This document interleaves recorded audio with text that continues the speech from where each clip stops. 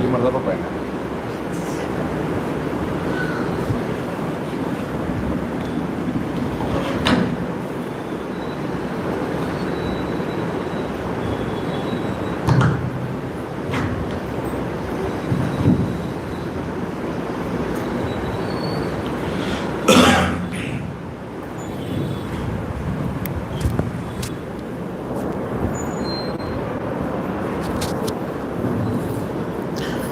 السلام علیکم ورحمۃ اللہ وبرکاتہ۔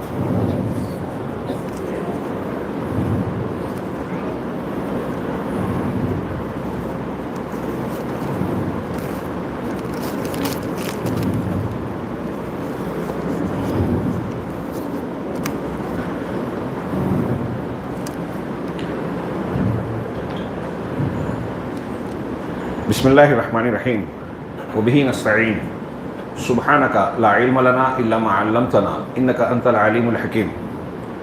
الحمد للہ رب العالمین والصلاة والسلام علی سید المرسلین وعلی آلہ وصحبہ اجمعین ومن تبعہم بإحسان الی یوم الدین۔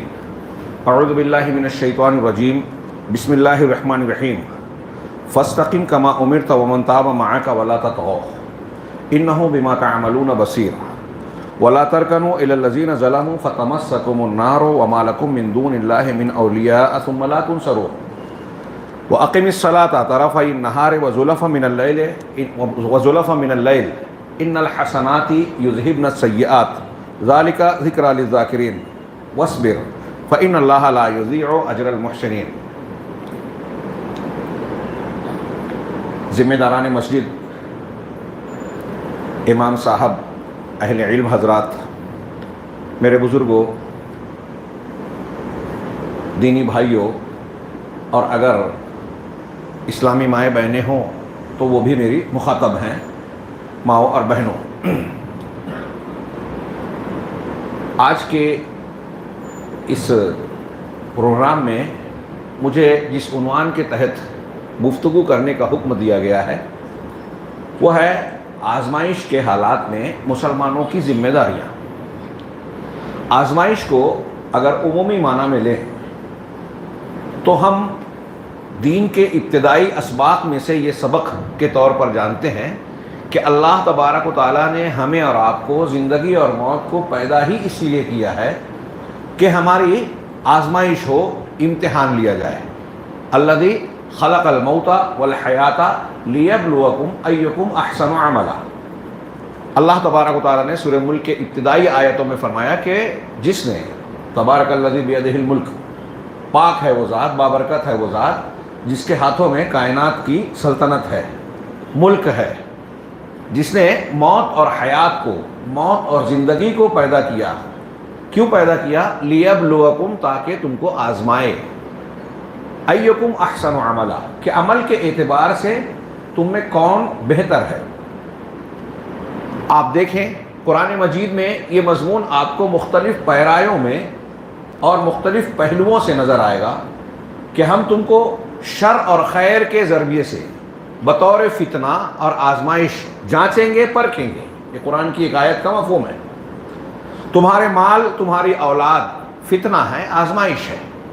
زندگی پوری کی پوری آزمائش ہے۔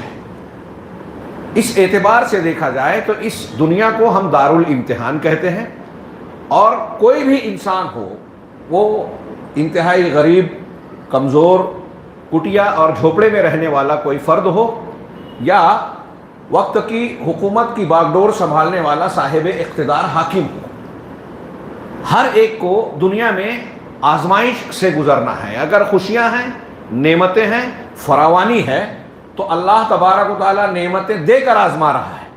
اگر تنگی ہے، پریشانی ہے، دکھ اور درد کے اندر گرفتار ہے آدمی، تو ان تکلیفوں میں اللہ تبارک و تعالیٰ بندے کو آزما رہا ہے۔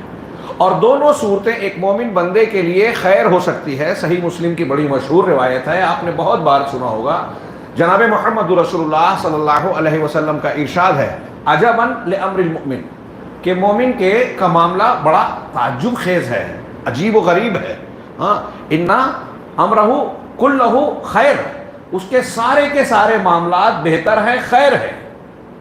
ہاں، ولیس ذلک الا للمؤمنین، اور یہ خصوصیت مومن کے علاوہ اور کسی کو حاصل نہیں ہے.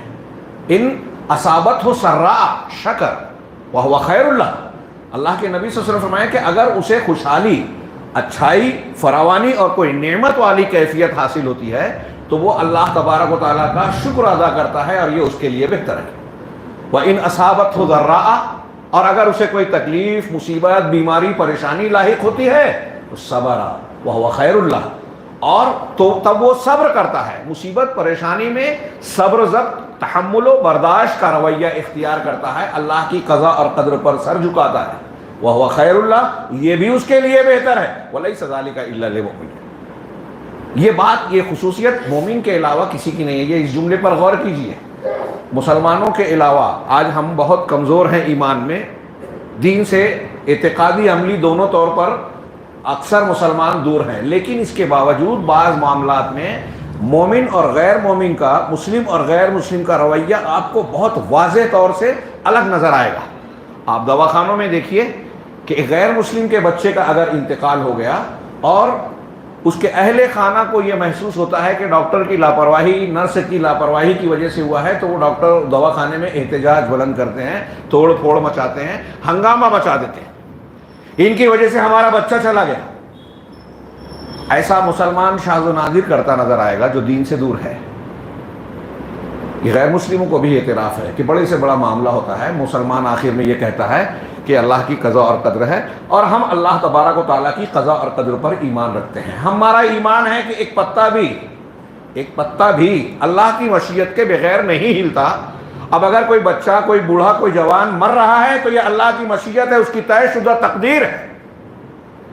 یہی وہ چیز ہے جس نے عام مصیبت کے حالات میں مسلمان اور غیر مسلمان کے درمیان تفریق کی. ابھی آپ زیادہ دن نہیں گزرے، کورونا کا ماحول دیکھ چکے ہیں، لاک ڈاؤن والا، جب لوگوں میں اس مرض کی وجہ سے خوف اور دہشت تھی. مسلمانوں میں بھی کچھ خوف و دہشت آیا انسانی اور ایمانی کمزوری کی وجہ سے، بشری تقاضے کی وجہ سے، لیکن ایک عمومی سطح پر جو دیکھا گیا کہ مسلمانوں کے یہاں وہ خوف، وہ دہشت نہیں نظر آئی. چاہے کورونا کا معاملہ ہو یا کوئی اور مصیبت اور تعاون وغیرہ میں، سورت اور گجرات کے معاملات ہوں، وہاں تعاون کا مرض پھیلا. مسلمانوں کے تعلق سے کہا جاتا ہے کہ ان کے یہاں وہ خوف، دہشت نظر نہیں آتی تھی. کسی نے، غیر مسلم نے اپنی سگی ماں کو چھوڑ دیا اور بھاگ گیا کہ میری ماں کو تعاون ہے، میں خدمت کروں گا تو میں بھی مبتلا ہو جاؤں گا، اور پڑوسی کے مسلمانوں نے اس خاتون کی خدمت کی، اسے دواخانہ پہنچایا، اس کی تیمارداری کی. یہ فرق جو اللہ کے رسول صلی اللہ علیہ وسلم کا جملہ ہے کہ یہ خصوصیت اور یہ وضاحت، یہ اختصاص مومن کے علاوہ کسی کے پاس نہیں ہے کہ اگر اچھائی اور نعمت مل رہی ہے تو اللہ کا شکر ادا کر رہا ہے، اور اگر برائی، تکلیف اور مقدمہ ہے تو صبر کرتا ہے. کیوں صبر کرتا ہے، کیوں شکر کرتا ہے؟ دونوں حالتوں میں اس کا یقین ہے کہ یہ اللہ کا فیصلہ ہے. اللہ کا فیصلہ جان کر خوشی میں شکر ادا کرتا ہے اس ذات کا کہ اس نے دیا، اور اللہ کا فیصلہ جان کر مصیبت و تکلیف میں صبر کرتا ہے کہ اس کا فیصلہ ہے. رضیت باللہ ربا، میں اللہ کے رب ہونے پر راضی ہوں. روزانہ صبح شام کے اذکار میں ایک مومن بندہ اسے دہراتا ہے، اپنے ایمان کو تازہ کرتا ہے کہ اللہ نے رب ہونے کی حیثیت سے جو بھی فیصلہ کیا، میرے گھر میں کوئی تکلیف آئی، مصیبت آئی، بے روزگاری ہے، بیماری ہے، پریشانی ہے، میں کسی زندگی کے کسی میدان میں ناکامیاب ہو گیا، یہ اللہ تبارک و تعالیٰ رب کی حیثیت سے اس کا فیصلہ ہے اور میں رب پر راضی ہوں، مطلب مجھے شکوہ شکایت نہیں ہے. یہ بندہ مومن کا یہ کردار ہوتا ہے. تو ایک عام آزمائش کے تناظر میں ہمارا یہ علاج ہوا، لیکن ظاہر سی بات ہے کہ عنوان کا جو پس منظر ہے اسے دیکھ کر آپ حضرات، سننے دیکھنے والے سب جانتے ہیں کہ موجودہ حالات میں ہمارے گرد گرد اور پوری دنیا میں مسلمانوں کے جو پریشانیاں اور مسائل ہیں، اور وہ مصیبتوں، مسائل و مصائب میں جو بری طرح سے گھرے ہوئے نظر آتے ہیں، ہمارا شاید مقصود عنوان کا وہی ہے کہ موجودہ حالات میں مسلمانوں کا کیا معاملہ. اب موجودہ حالات کیا ہیں اور کیا، میں صرف اشارہ کروں، غور کیجئے کہ کیا یہ پہلی مرتبہ اس طرح مسلمانوں کے ارد گرد مخالفتوں کے جال بنے گئے ہیں، پریشانیوں کو جو ہے تراشا گیا ہے؟ کیا اس سے پہلے فرعون، نمرود، ابو جہل، اسلام کے دشمنان، اسلام دشمن طاقتیں کمزور مسلمانوں پر چڑھ نہیں دوڑی تھی؟ اس میں کیا ہوا؟ قرآن نے ہمیں وہ سب کچھ بتایا ہے. آج مسلمانوں کے حالات کیا ہیں؟ اگر یہ تفصیل سے ایک ایک شک میں بیان کریں تو کئی خطابات ناکافی ہیں۔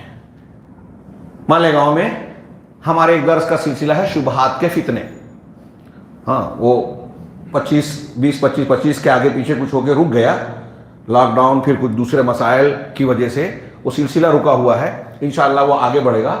اس میں 18 20 یا 15 سے کچھ اوپر دروس صرف اس موضوع پر ہوئے کہ اسلام اور مسلمانوں کو کمزور کرنے کے لیے، نشانہ بنانے کے لیے خارجی طور سے غیر مسلم دنیا کی طرف سے عالمی طاقتیں، مسلمان دشمن عناصر، حکومتیں اور مختلف تنظیمیں کیا کچھ کر رہی ہیں، کس طریقے سے اسلام اور مسلمانوں کو نشانہ بنا رہی ہیں، مسلمان نوجوانوں کا شکار کر رہی ہیں، ان کے عقیدے اور خاص طور سے ولا اور برا، دین کی بنیاد پر رشتہ جوڑنا اور دین کی بنیاد پر رشتہ کاٹنا، جس کی بنیاد پر سارے زندگی کے معاملات طے ہوتے ہیں کہ ہم کس چیز کو ترجیح دیتے ہیں، کس کو پسند کرتے ہیں، کس کو ناپسند کرتے ہیں، یہ ساری چیزیں اسی سے جڑی ہوئی ہے۔ لہذا ولا اور برا کے اس جذبے کو غلط راستے پہ ڈالنے، اس کو کمزور کرنے، اس کو مٹا دینے کے لیے وہ بڑی کوششیں کر رہے ہیں۔ میں نے یہ جو ذکر کیا اپنے درس کے لیے نہیں، یہ بتانے کے لیے کہ 15 سے زائد دروس ہوئے ہیں اور سب ایک ایک گھنٹے سے زیادہ کی، کتنی تفصیلات ہوگی اندازہ لگائیے۔ میڈیا کے ذریعے سے یہ کوششیں ہو رہی ہیں۔ میڈیا کے اس میدان میں اسلام اور مسلمانوں کے خلاف جو T V channels, web sites, اخبارات اور بہت سارے جو ذرائع اختیار کیے جاتے ہیں، رسائل و جرائد کے، کتابیں لکھی جا رہی ہیں۔ کہتے ہیں کہ 9/11 کا جو حادثہ ہوا نیو یارک وغیرہ میں، اس کے بعد جو معاملات ہوئے تو یورپ اور امریکہ میں پر ڈے منیمم 1 یا 2 کتاب اسلام اور مسلمانوں کے خلاف شائع ہو کر مارکیٹ میں آ رہی ہیں، پر ڈے۔ یہ کچھ پہلے کی رپورٹ ہے، ابھی اور بڑھ گیا ہوگا۔ تو میڈیا پہ بعض لوگوں نے سروے رپورٹ بیان کیا کہ بعض ممالک یا مسلم دشمن تنظیمیں اور طاقتیں، حکومتیں صرف میڈیا کے لیے اپنے تہذیب، ثقافت کو عام کرنے کے لیے اور خاص طور سے اسلام اور مسلمانوں کو نشانہ بنانے کے لیے جو بجٹ اختیار کرتی ہے، خرچ کرتی ہے، وہ کئی مسلم ممالک کے ٹوٹل سالانہ بجٹ سے زیادہ ہے صرف میڈیا کا خرچہ۔ ہم تصور نہیں کر سکتے اتنا خرچ کیا جا رہا ہے فلمیں بنانے میں، ٹی وی چینلز پر، کتابوں میں، رسائل و جرائد میں، کہ اور نہ جانے کیا کیا کیا جا رہا ہے۔ نصاب تعلیم کے ذریعے سے ہمارے نوجوانوں کو اسلام اور مسلمانوں کے خلاف بھٹکانے کی کوشش، فلموں کے ذریعے سے، ٹی وی چینلز کے پروگراموں کے ذریعے سے ہمارے درمیان کچھ افکار، منحرف افکار کے جاننے اور ماننے والوں کو پیدا کر کے، لانچ کر کے، ہمارا آج کل کا نوجوان جن کے پیچھے آنکھ بند کر چلا جاتا ہے کہ اس کے ٹی وی چینل پہ اتنے لائک کرنے والے ہیں۔ میں اکثر اپنے دروس اور خطابات میں یہ بات ذکر کر رہا ہوں آج کل، ہاں، نوجوانوں کے پاس اصول ہی نہیں رہا کہ کس کی بات ماننا چاہیے، کس سے دین اور تعلیم سیکھنا چاہیے، کس کی تقریر سننی چاہیے، کس کی نہیں، کوئی اصول نہیں۔ بس اتنے لائک ہوئے، اس کو بہت پسند کیا جا رہا ہے، اس کے 2-4 اعتراضات سامنے آئے، علماء نے اس کا جواب ان کے اعتبار سے، جاہل عوام کے اعتبار سے جواب نہیں دیا، وہ ایسا سمجھتے ہیں اور اس کے پیچھے لگ گئے۔ اب کوئی صحابہ کرام کو برا بھلا کہہ رہا ہے، ہمارا نوجوان اس سے متاثر، جبکہ یہ گمراہی ہے، بعض حالات میں کفر تک پہنچتی ہے بات۔ کوئی اہل سنت والجماعت کے متفقہ اصولوں کے خلاف ہے، کوئی کچھ اچھی تقریر کر رہا ہے، تقریر اچھی کرنا الگ ہے، سچی کرنا الگ ہے۔ اچھی تقریر کر رہا ہے لیکن اس کا عقیدہ وحدت الوجودی ہے، حلولی ہے۔ ڈاکٹر اسرار یا اسرار، جو جن کے دروس بہت میں نے سنا ہے کہ بڑے آج کے نوجوانوں میں مقبول ہیں، ہو سکتا ہے اچھا درس دیتے ہوں لیکن سچا نہیں دیتے۔ ان کے یہاں بہت کھلی کھلی گمراہیاں پائی جاتی ہیں۔ اللہ کے گھر میں احساس ذمہ داری اور اللہ کے سامنے جواب دہی کے احساس کے ساتھ بول رہا ہوں، اس تناظر میں کہہ رہا ہوں کہ یہ بیان کرنا اہل علم کا فریضہ ہے۔ میرے سامنے ابھی قرآن کی آیتیں ہیں، شاید وہاں پہنچیں یا نہ پہنچیں۔ اللہ تبارک و تعالیٰ نے علماء اور احبار اور مشائخ کو اس بات پر ڈانٹا ہے، عبداللہ ابن عبا لولا ینہاہم الربانیون واحبارہم عن قولہم الاثم واکلہم السحت۔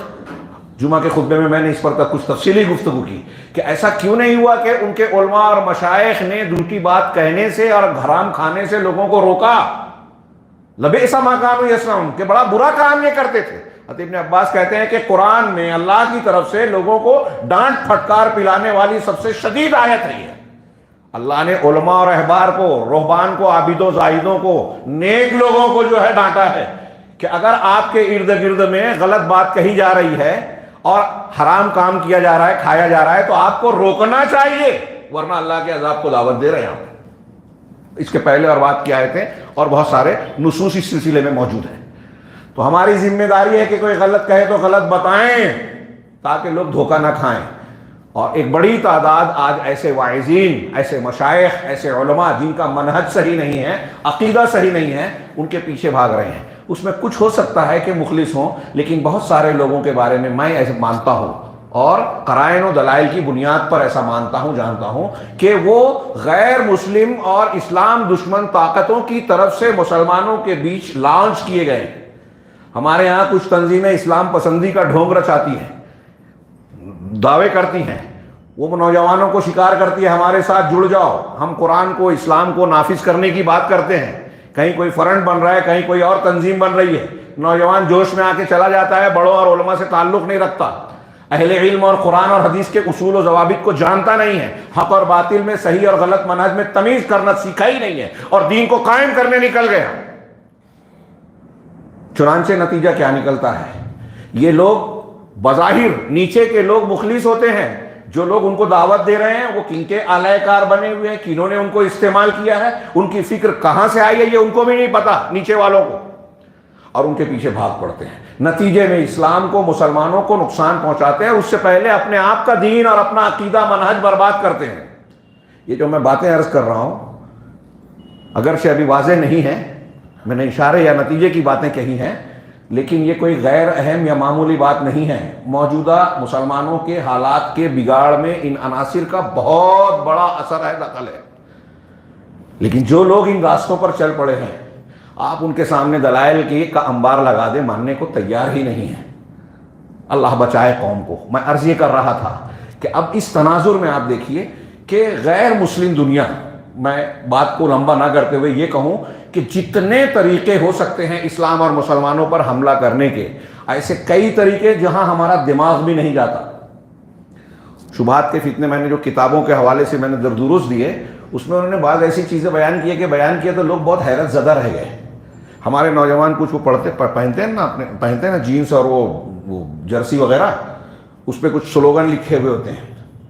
اس میں بھی یہود و نصارہ اور غیر اسلامی دنیا کے کچھ عناصر اور کچھ افکار کام کرتے ہیں۔ بعض ایسے رہتے ہیں کہ اقوال ذرّی جیسے معلوم ہوتے ہیں، بعض ایسے اقوال ہوتے ہیں کہ انسان کو احساس بھی نہیں ہوتا، وہ دراصل مذہب پہ اور خاص طور پہ اسلام پر ضرب ہوتی ہے۔ فلم اداکاروں کو اور مختلف لوگوں کو ایسے لوگ استعمال کرتے ہیں، ہمارے نوجوانوں کو کیپچر کرتے ہیں گلیمر کی دنیا میں۔ آپ گاتے بہت اچھا ہے، چلیے آپ کو جھوپڑے سے ہم بنگلے میں پہنچا دیں گے، گاڑیاں ہوگی، یہ ہوگا وہ ہوگا، اور مختلف قسم کے نئے نئے نظریات لانچ کیے جاتے ہیں۔ پوری دنیا میں انسانیت کو مذہب بنایا جائے، فلموں میں، ٹی وی چینل پہ، عام زندگی میں اس کو بڑھاوا دیا جاتا ہے کہ نہ میں ہندو ہوں، نہ مسلمان ہوں، میں انسان ہوں۔ بولنے سننے میں لوگوں کو اچھا لگتا ہے، ہاں سارے دھرم سچے ہیں، ہاں سارے مذہب سچے ہیں، سب کا کی منزل ایک ہے، راستے الگ الگ ہیں۔ ہیومینٹی، سیکولرزم، سوشلزم اور ایسے کئی نظریات، جنسی اباحیات کے نظریات، میں آپ کو تفصیل سے یہاں نہیں بیان کر سکتا اس لیے کہ وقت اجازت نہیں دیتا، لیکن یہ خاص طور سے نتیجے کی بات کہوں کہ جا کے اسٹڈی کیجئے، نیٹ کا زمانہ ہے۔ یہ جتنے نظریات ہیں حکومتوں میں، افکار میں، یہ سب کے سب اسلام اور مسلمانوں کو بطور خاص نشانہ بنانے کی کوششیں کی جاتی ہیں۔ ہمارا آپ جانتے ہیں مرزا غلام احمد قادیانی کی جھوٹی نبوت کو برطانوی حکومت نے، برطانوی استعمار نے مبعوث کیا تھا۔ آج تک وہ ناسور کی طرح مسلمانوں سے چپکا ہوا ہے، اور جہاں موقع ملتا ہے مسلمان سادہ لوح مسلمانوں کے عقائد اور ایمان کو تباہ کرنے کی پوری کوشش کرتا ہے۔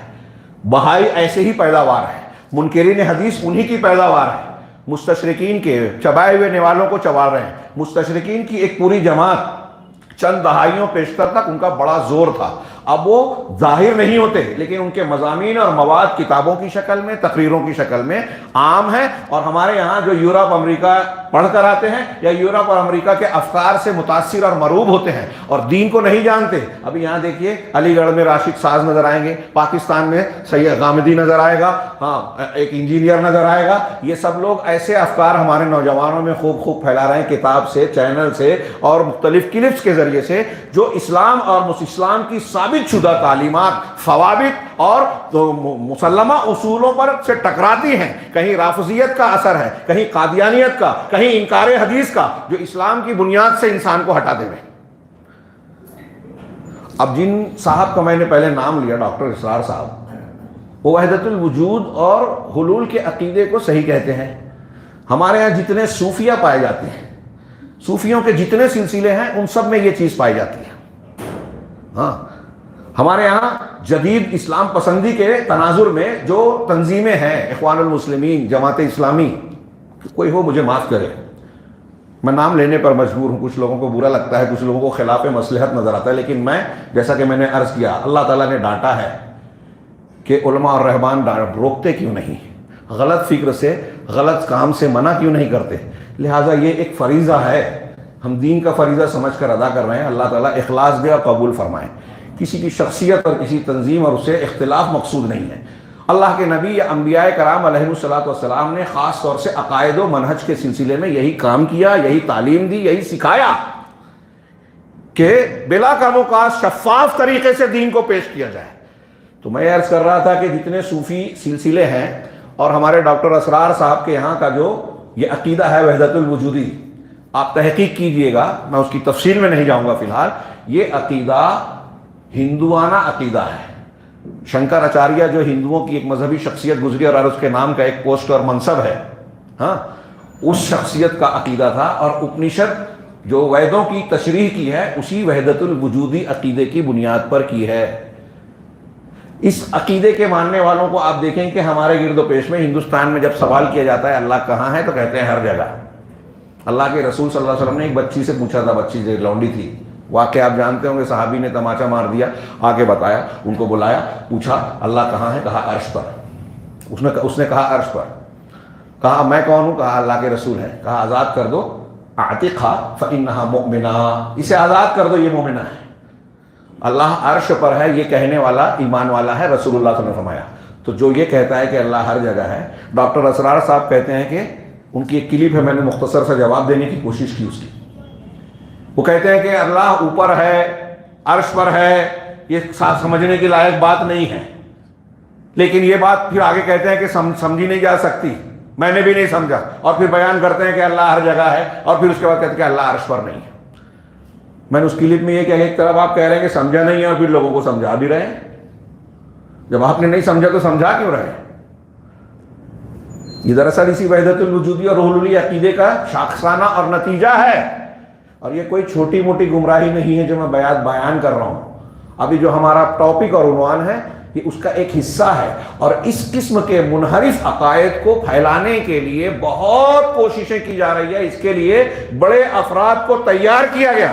جب مستشرقین کو یونیورسٹیاں بنا کر برطانیہ کے جنگلوں میں قرآن حدیث کی اور عربی کی تعلیم دی گئی تھی، ایسی ایسی کتابیں تحقیق کر کے اس زمانے میں لکھی جو مسلمان نہیں لکھ پائے تھے۔ الموجب المفارس الفاظ الحدیث النبوی، 9 حدیث کی کتابوں کی حدیثوں کو ڈکشنری کے طور پر پہلے مستشرقین نے تیار کیا۔ یہ پرانی بات ہے، اب تو کمپیوٹر کا زمانہ ہے، بہت سی ساری سہولتیں ہو گئی ہیں، بہت سے ایپس آ چکے ہیں۔ تو اس وقت مستشرقین نے اور اپنے پاس رکھا تھا، کسی مسلمان نے چوری کر کے اس کو بیروت سے چھاپا تھا پہلی مرتبہ۔ ہم اور آپ کو ہوش نہیں ہے اپنے دین کے مطالعے کا، قرآن کی تعلیمات کا۔ ہمیں قرآن کی، حدیث کی اور قرآن و حدیث کے مسلک کی اہمیت کا احساس نہیں ہے، لیکن آج آپ کسی موساد کے آدمی سے، ISI کے آدمی سے، ہاں، اور کیا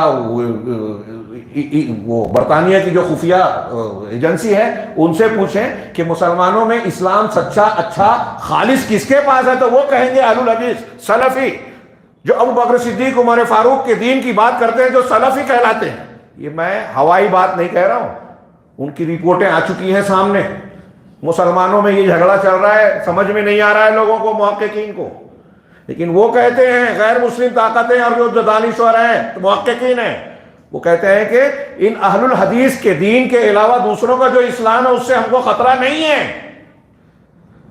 اہل تصوف کو بلا کے میٹنگیں کرتے ہیں، برطانیہ کے پارلیمنٹ میں ان کی بعض لوگوں کی تقریریں ہوئی۔ ایک نو مسلم عبداللہ پیٹر کا میں اور سلیب ٹوٹ گئی کتاب سے چھپا ہے، بہت شاندار، پڑھیے، پاکستان کے پادری کے بیٹے تھے۔ انہوں نے بتایا پاکستان کے بعد صوفیہ ان کے پیر، ان کے والد صاحب کے پاس آتے تھے، والد صاحب ان کے یہاں جاتے تھے، ان کو ماہانہ کیتھولک چرچ سے پیسہ اور وظیفہ جاتا ہے، اور وہ مسلمانوں میں آ کے یہاں جو ہے ان کا ہاتھ چومتے ہیں اور مسلمانوں میں جا کے دین پھیلاتے ہیں. عیسائی اور نصارہ سے غذا لیتے ہیں, ان کو غذا فراہم کرتے ہیں. ہمارے ہندوستان میں بھی صوفیہ کی ایک بہت بڑی کانفرنس ہوئی تھی دلی میں, جسے بی جے پی گورنمنٹ نے ارینج کیا تھا. اور وہ بی جے پی گورنمنٹ جو مسلمانوں کی کتنی خیر خواہ ہے ہم سب دیکھ رہے ہیں. رشیا میں, چچنیا میں یہ جو ولادیمیر پوتن, اس نے جو ہے ارینج کیا تھا صوفیوں کی عالمی صوفیہ کانفرنس. ہمیں دکھائی نہیں دیتا. یہ خارجی کوششوں کا میں تھوڑا سا اشارہ کر رہا ہوں. ان لوگوں نے مسلمان نسلوں کی عقیدے اور منہج پر پہلے حملہ کیا. ولا اور برا, اسلامی غیرت, ولا اور برا کو میں آج کی عام فہم زبان میں کہوں کہ اسلامی غیرت کو ختم کر دینے کے لیے ہر کوشش کی اور کر رہے ہیں, جاری ہے. اور ہماری غیرت کا یہ حال ہے جو ہم دیکھ رہے ہیں نا کہ کچھ مسلم لڑکیاں مذہب بدل رہی ہیں, دوسروں کے ساتھ جا رہی ہیں, خبریں آ رہی ہیں, اور ہم اب ایسی بے غیرتی کی خبریں روز سنتے سنتے اب اس کے بھی عادی ہوتے جا رہے ہیں. ہاں, مسلمان لڑکے ایسے ہیں نشے کی لت میں دھت, سود بیاج حرام کام کو دھوم سے کر رہے ہیں, لین دین کر رہے ہیں, اللہ اور رسول کو جنگ کا اعلان کر رہے ہیں. قرآن نے کہا نا جو اب بھی سود کا لین دینا ختم نہیں کرتا تو وہ اللہ اور رسول سے جنگ کا اعلان کر دے. ہم جنگ کا اعلان کر رہے ہیں, اور جب گھروں پر بلڈوزر چل رہے ہیں, مسلمانوں کو مارا جا رہا ہے, اذان پر پابندی لگائی جا رہی ہے, تو ہم سوال کرتے ہیں. ایک واٹس ایپ میں نے پڑھا, یہ اللہ کی غیبی امداد کہاں ہے, امداد کیوں نہیں آتی, اور علماء اور مشائخ سے شکایت کر رہے ہیں.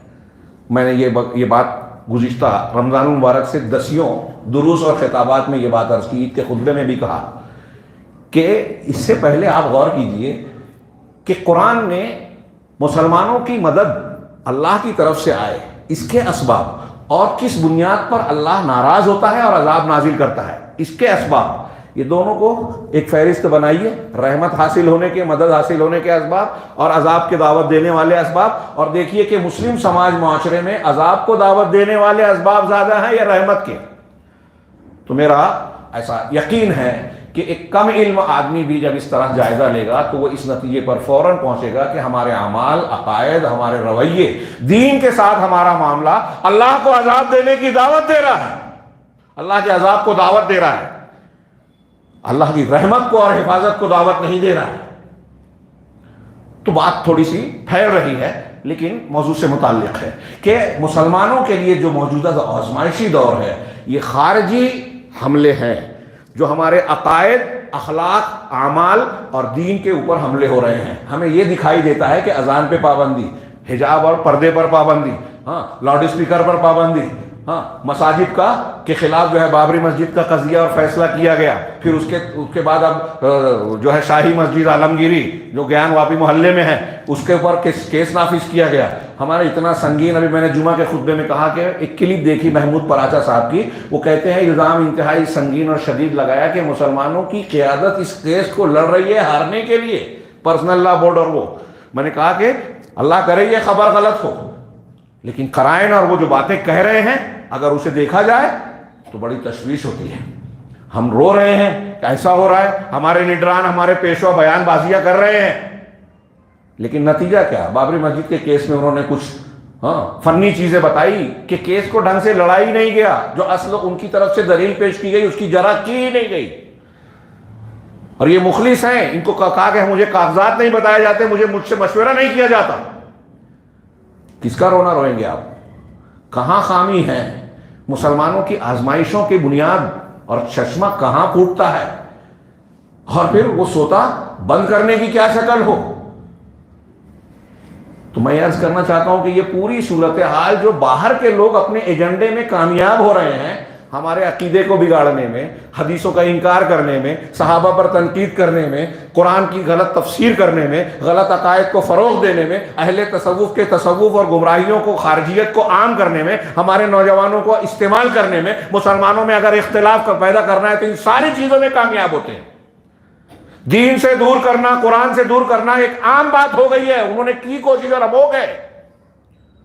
یہ ان کا معاملہ. داخلی طور پر دیکھیے مسلمانوں کا, میں اپنے شہر کے جو تھوڑے سے حالات جانتا ہوں اس کو دیکھنے کے بعد میں یہی کہتا ہوں, میں کوئی بہت نیک نہیں ہوں, لیکن ایک چیز مجھے نظر آتی ہے کہ آج ہمارا سماج اور معاشرہ جو جی رہا ہے، چل رہا ہے، اسے خالص اللہ کا رحم و کرم اور اس کی رحمت کہنا چاہیے۔ شکوہ شکایت مت کیجیے، بلکہ شکر ادا کیجیے اللہ کا۔ ہمارے ہاں کتنے گناہ ہیں، کتنے! تھوڑی دیر کے لیے تصور کیجیے، غزوہ احد میں صحابہ کرام سے ایک غلطی ہوئی تھی، اللہ کے رسول صلی اللہ علیہ وسلم کے ایک حکم کو نہیں مانا تھا، کتنا بڑا نقصان ہوا۔ خالد بن ولید کے دستے نے پیچھے سے حملہ کیا، اللہ کے رسول صلی اللہ علیہ وسلم دشمنوں کے نرغے میں گھر گئے، صحابہ میں افراتفری پھیل گئی، 70 صحابہ کرام شہید ہوئے، 70 صحابہ۔ اللہ کے نبی جناب محمد رسول صلی اللہ علیہ وسلم زخمی ہو گئے، آپ کے خود کی کڑیاں آپ کے رخسار مبارک میں دھس گئیں، دندان مبارک شہید ہوئے، سب ہم جانتے ہیں۔ وجہ کیا ہے؟ سورہ آل عمران کی وہ آیتیں پڑھیے جو غزوہ احد کے تناظر میں بیان کرتی ہیں ہمیں درس کے طور پر، کہ تم نے اختلاف کیا، اللہ کے رسول کی نافرمانی کی، وہ مال غنیمت دیکھنے، دنیا کی چیزیں دیکھنے کے بعد تم نے ایسا کیا۔ اب دنیا کے چکر میں پڑھ کے آج بھی ہم، اور اس کے بعد سود کی برائی بیان کی گئی ہے غزوہ احد کے تناظر میں، تو لوگوں نے اس کی وجہ یہی بتائی کہ چونکہ غزوہ احد کے درمیان مال غنیمت کا تصور کر کے یا اس کے لالچ میں آ کر بعض صحابہ نے اللہ کے رسول بشری تقاضے کی بنیاد پر ان سے یہ خطا ہوئی، ان کے درجات بہت اونچے ہیں، اللہ نے معاف کیا، قرآن نے کہا، ہاں، لیکن ان سے یہ خطا ہوئی تھی دنیا کی محبت میں، مال غنیمت کے۔ تو اب سود بیاج کا جو لین دین کرتا ہے اور اس کے پیچھے بھاگتا ہے، اس کے اندر بھی دنیا کی محبت بھر جاتی ہے، گھر کر جاتی ہے۔ اور جب دنیا کی محبت میں کوئی شخص پڑتا ہے، دنیا کی رونقیں، سد و شادابیاں اس کے پیچھے بھاگتا ہے، تو دین اور دین کے تقاضے پیچھے ہو جاتے ہیں۔ اور آج آپ دیکھیے کہ پورے مسلمان سماج اور معاشرے میں جو لوگ سفید پوش ہیں، جو خدمت کے کام کرتے ہیں، میں نے ابھی جمعہ کے خطبے میں بیان کیا کہ تعلیم کا میدان دیکھیے آپ، ہمارے یہاں تعلیمی مافیا کام کر رہا ہے۔ طب کا معاملہ دیکھیے کہ لوگوں کی خدمت والا جو شعبہ تھا، بیمار کی صحت اور علاج اور خدمت کے لیے، وہ کمائی کا ذریعہ بن گیا ہے۔ یہ دنیا آخرت بنانے کا زیادہ ذریعہ تھا، آج آخرت کو چھوڑ کر دنیا کمانے کا، لوگوں کو دھوکہ دینے کا، بلکہ لوگوں کی جیب اور گردن کاٹنے کا ذریعہ بن گیا ہے۔ لوگ ان کو پھول ہار پیش کرتے ہیں، قوم کی خدمت کر رہے ہیں۔ میں نے کہا کہ پھر چھوٹی چھوٹی جو دکانیں چلا رہے ہیں ان کی بھی پھول ہار کیجیے، کیونکہ یہ خود کہہ رہے ہیں کہ ہم بزنس کر رہے ہیں۔ کوئی غریب آدمی کی بچہ کتنا بھی قابل ہے، اگر وہ فیس نہیں بھر سکتا تو داخلہ نہیں ہوگا، تو خدمت آپ کیا کر رہے ہیں؟ آپ تو تعلیمی مافیا بن کر تعلیم کے راستے میں رکاوٹ بنے ہوئے ہیں۔ تو تعلیم، یہ کیوں ہے یہ صورتحال؟ دنیا کمانا ہے۔ اب اس چکر میں بے ایمانی، چوری، سود خوری، ہمارا جو نوجوان نشے کی لت میں غرق ہوتا جا رہا ہے۔ وہ میں نے بتایا کہ نشے کے چکر میں تو نوابیاں، رجواڑے لٹ گئے، تو ہماری پراپرٹیز کیا معنی رکھتی ہیں؟ اور جب آدمی خالی ہاتھ ہوتا ہے اور یہ لت اسے ستاتی ہے تو پھر چوری کرتا ہے، ڈکیتی کرتا ہے، ہاں، قتل کرتا ہے۔ ایسے واقعات ہو رہے ہیں، آپ اخبارات میں پڑھتے ہوں گے، ہمارے شہر میں بھی ہوئے کہ اپنے ہی گھر میں پیسہ مانگا، نہیں ملا، اپنے نانا پر حملہ کر دیا، رشتہ دار پر حملہ کر دیا۔ لت ہے، نشہ چاہیے۔ ہماری بچیاں، لڑکیاں، نوجوان لڑکیاں کالج، اسکول، یونیورسٹیز جا رہی ہیں، وہاں کچھ افیئر ہو گیا، غلط کام ہو گیا تو دیندار بے غیرتی کی یہ انتہا ہو گئی، کہتے کوئی بات نہیں، یہ عمر ہے، وقت کا تقاضا ہے۔ اور پھر کیا نتیجے بھگت رہے ہیں ہم لوگ؟ میں تو اکثر سوال کرتا ہوں کہ وہ علماء کرام جنہوں نے مسجد میں آنے سے خواتین کو روک دیا کہ یہاں فتنہ ہے، مسجد میں انہیں فتنہ نظر آیا، آج کوئی ایک مفتی اس طرح کا مجھے نہیں ملتا جو یہ کہے کہ کالج اور یونیورسٹیز کا بھیجنا یہ فتنہ ہے، یہاں بند کر دینا چاہیے۔ اور اگر کوئی لڑکی اسلام کو چھوڑ کر غیر مسلم بن رہی ہے تو اس کا اسلام، عقیدہ توحید، میں یہاں ایک عام آدمی سے بھی پوچھتا ہوں، اپنے دل سے فتویٰ پوچھیے کہ وہ زیادہ اہم ہے یا ڈگری لے کر کمائی کرنا یہ اہم ہے؟ میں یہ نہیں کہتا عورتوں کی تعلیم کے ہم خلاف، ہرگز نہیں ہے، اسلام بھی نہیں ہے، ہاں، ان کی بھی تعلیم ہونی چاہیے، لیکن تعلیم عقیدے کے حساب پر، عقیدے کی قیمت پر، کہ عقیدہ گنوا دے بے، غیر مسلم کے پاس چلی جائے، عزت، شرم و حیا اور اپنی سب سے قیمتی دولت کو لٹا کر ڈگری حاصل کرے، یہ تعلیم نہیں ہے۔ تعلیم کے مقصد کو تو پہلے آپ دفن کر رہے ہیں۔ تعلیم کے لیے نہیں رہ گئی، انسانیت کی تعمیر کے لیے نہیں رہ گئی، مقصد بدل گیا، اخلاص نہیں ہے، آخرت کی چاہت نہیں ہے، دنیا کی چاہت ہے۔ جتنے ہم لمبی چوڑی تقریر کریں، بیان کریں نا، ان سب کے مسائل کی جڑ میں بس ایک ہی لفظ کا اگر کہیں گے کہ اخلاص نہیں ہے، بس ساری بنیاد یہی ہے۔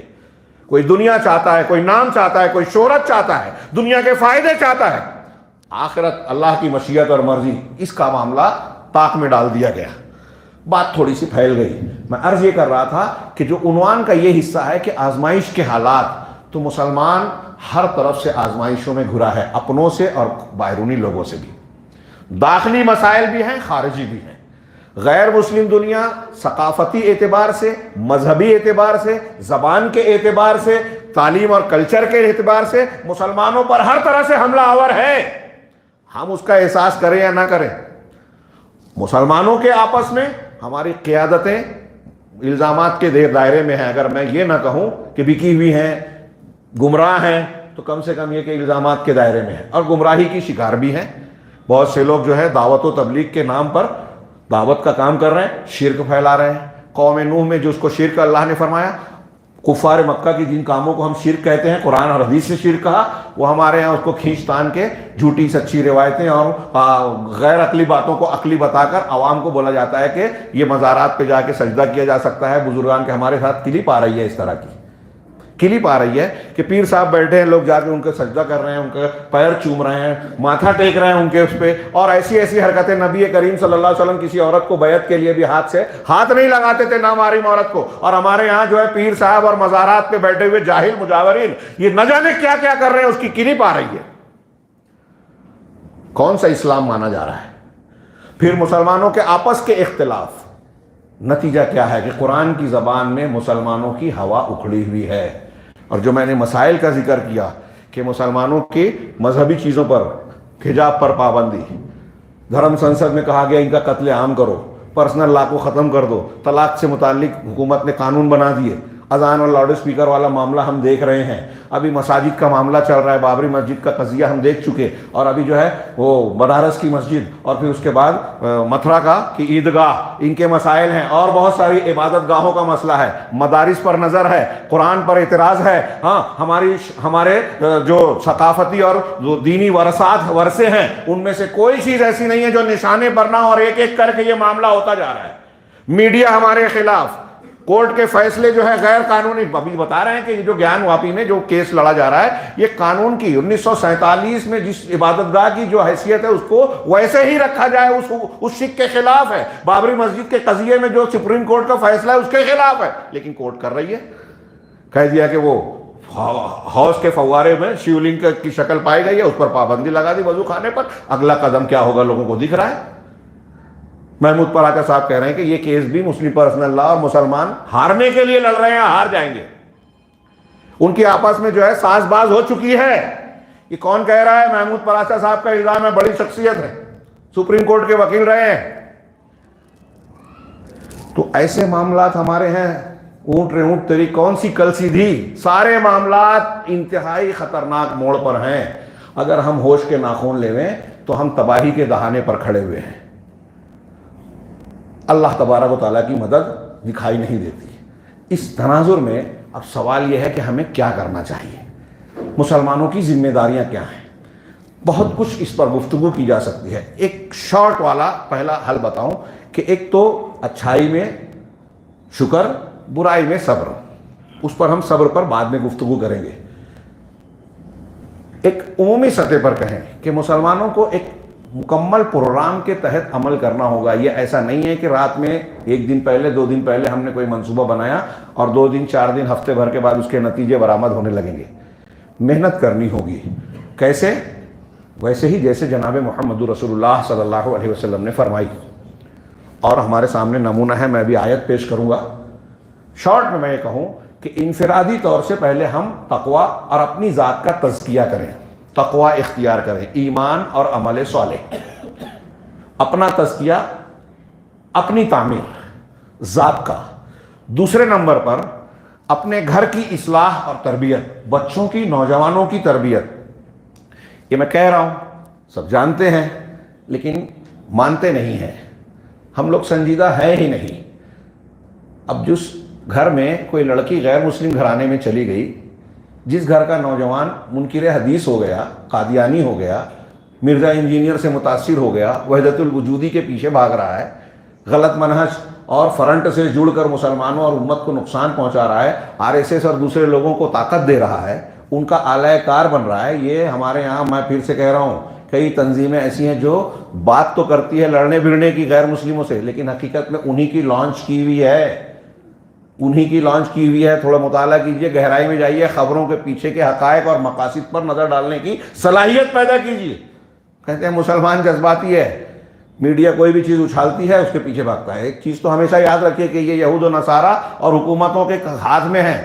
ہمیں کچھ چیزیں جب پہلی نظر میں جب نظر آئے کہ خبر، تو کبھی اس کو نہ مانے، دیکھیں کہ اس کے پیچھے کیا مقاصد ہیں، کیا چاہتے ہیں یہ لوگ مسلمانوں سے، ان کا ٹارگیٹ کیا ہے، تو شاید آپ کو تجزیہ کرنے کا شعور پیدا ہونا شروع ہو جائے۔ کبھی بھی اپنے حق میں اپنے خلاف میں دونوں خبروں پر نظر رکھیے، کیونکہ یہ لوگ وہی خبریں شائع کرتے ہیں۔ کہتے ہیں کہ یہودی جو کہتے ہیں نا کہ پوری دنیا ہماری مٹھی میں ہے، ہم سب سے کم ہے، پھر بھی تو وہ غلط نہیں کہہ رہا ہے آج کے زمانے میں، وہ چاہے منفی طور پر کہ سارا میڈیا ان کے ہاتھ میں، جو خبر وہ نہیں چاہتے وہ شائع نہیں ہوتی۔ آج ہم ہندوستان کے میڈیا کو دیکھ رہے ہیں، کتنی خبریں گودی میڈیا جو ہے چھپا لے جاتا ہے، بڑی بڑی بھیڑ ہو جاتی ہے، وہ خبر میں آتی ہی نہیں، اور کوئی ایسا ایشو جو چند لوگوں میں ہوتا ہے اس کو اس طرح بنا دیتے کہ پورے ملک کا مسئلہ یہی ہے، دن بھر اسے دکھاتے ہیں، خاص طور سے اسلام اور مسلمانوں کے خلاف۔ تو میں عرض یہ کر رہا تھا کہ ہمیں دوسرے نمبر پر اگر ہم سنجیدہ ہوں تو اپنے اور اپنے گھر والوں کی اصلاح اور تربیت کی جائے۔ پہلا خود کا تزکیہ، گھر کا تزکیہ، پھر تیسرے نمبر پر سماج اور معاشرے میں امر بالمعروف نہی عن المنکر، اور اسی سماج اور معاشرے میں جو غیر مسلم ہیں، جو مشرک ہیں، بدعتی ہیں، ان کو دعوت و تبلیغ کی ہے۔ 3 مرحلہ ہے۔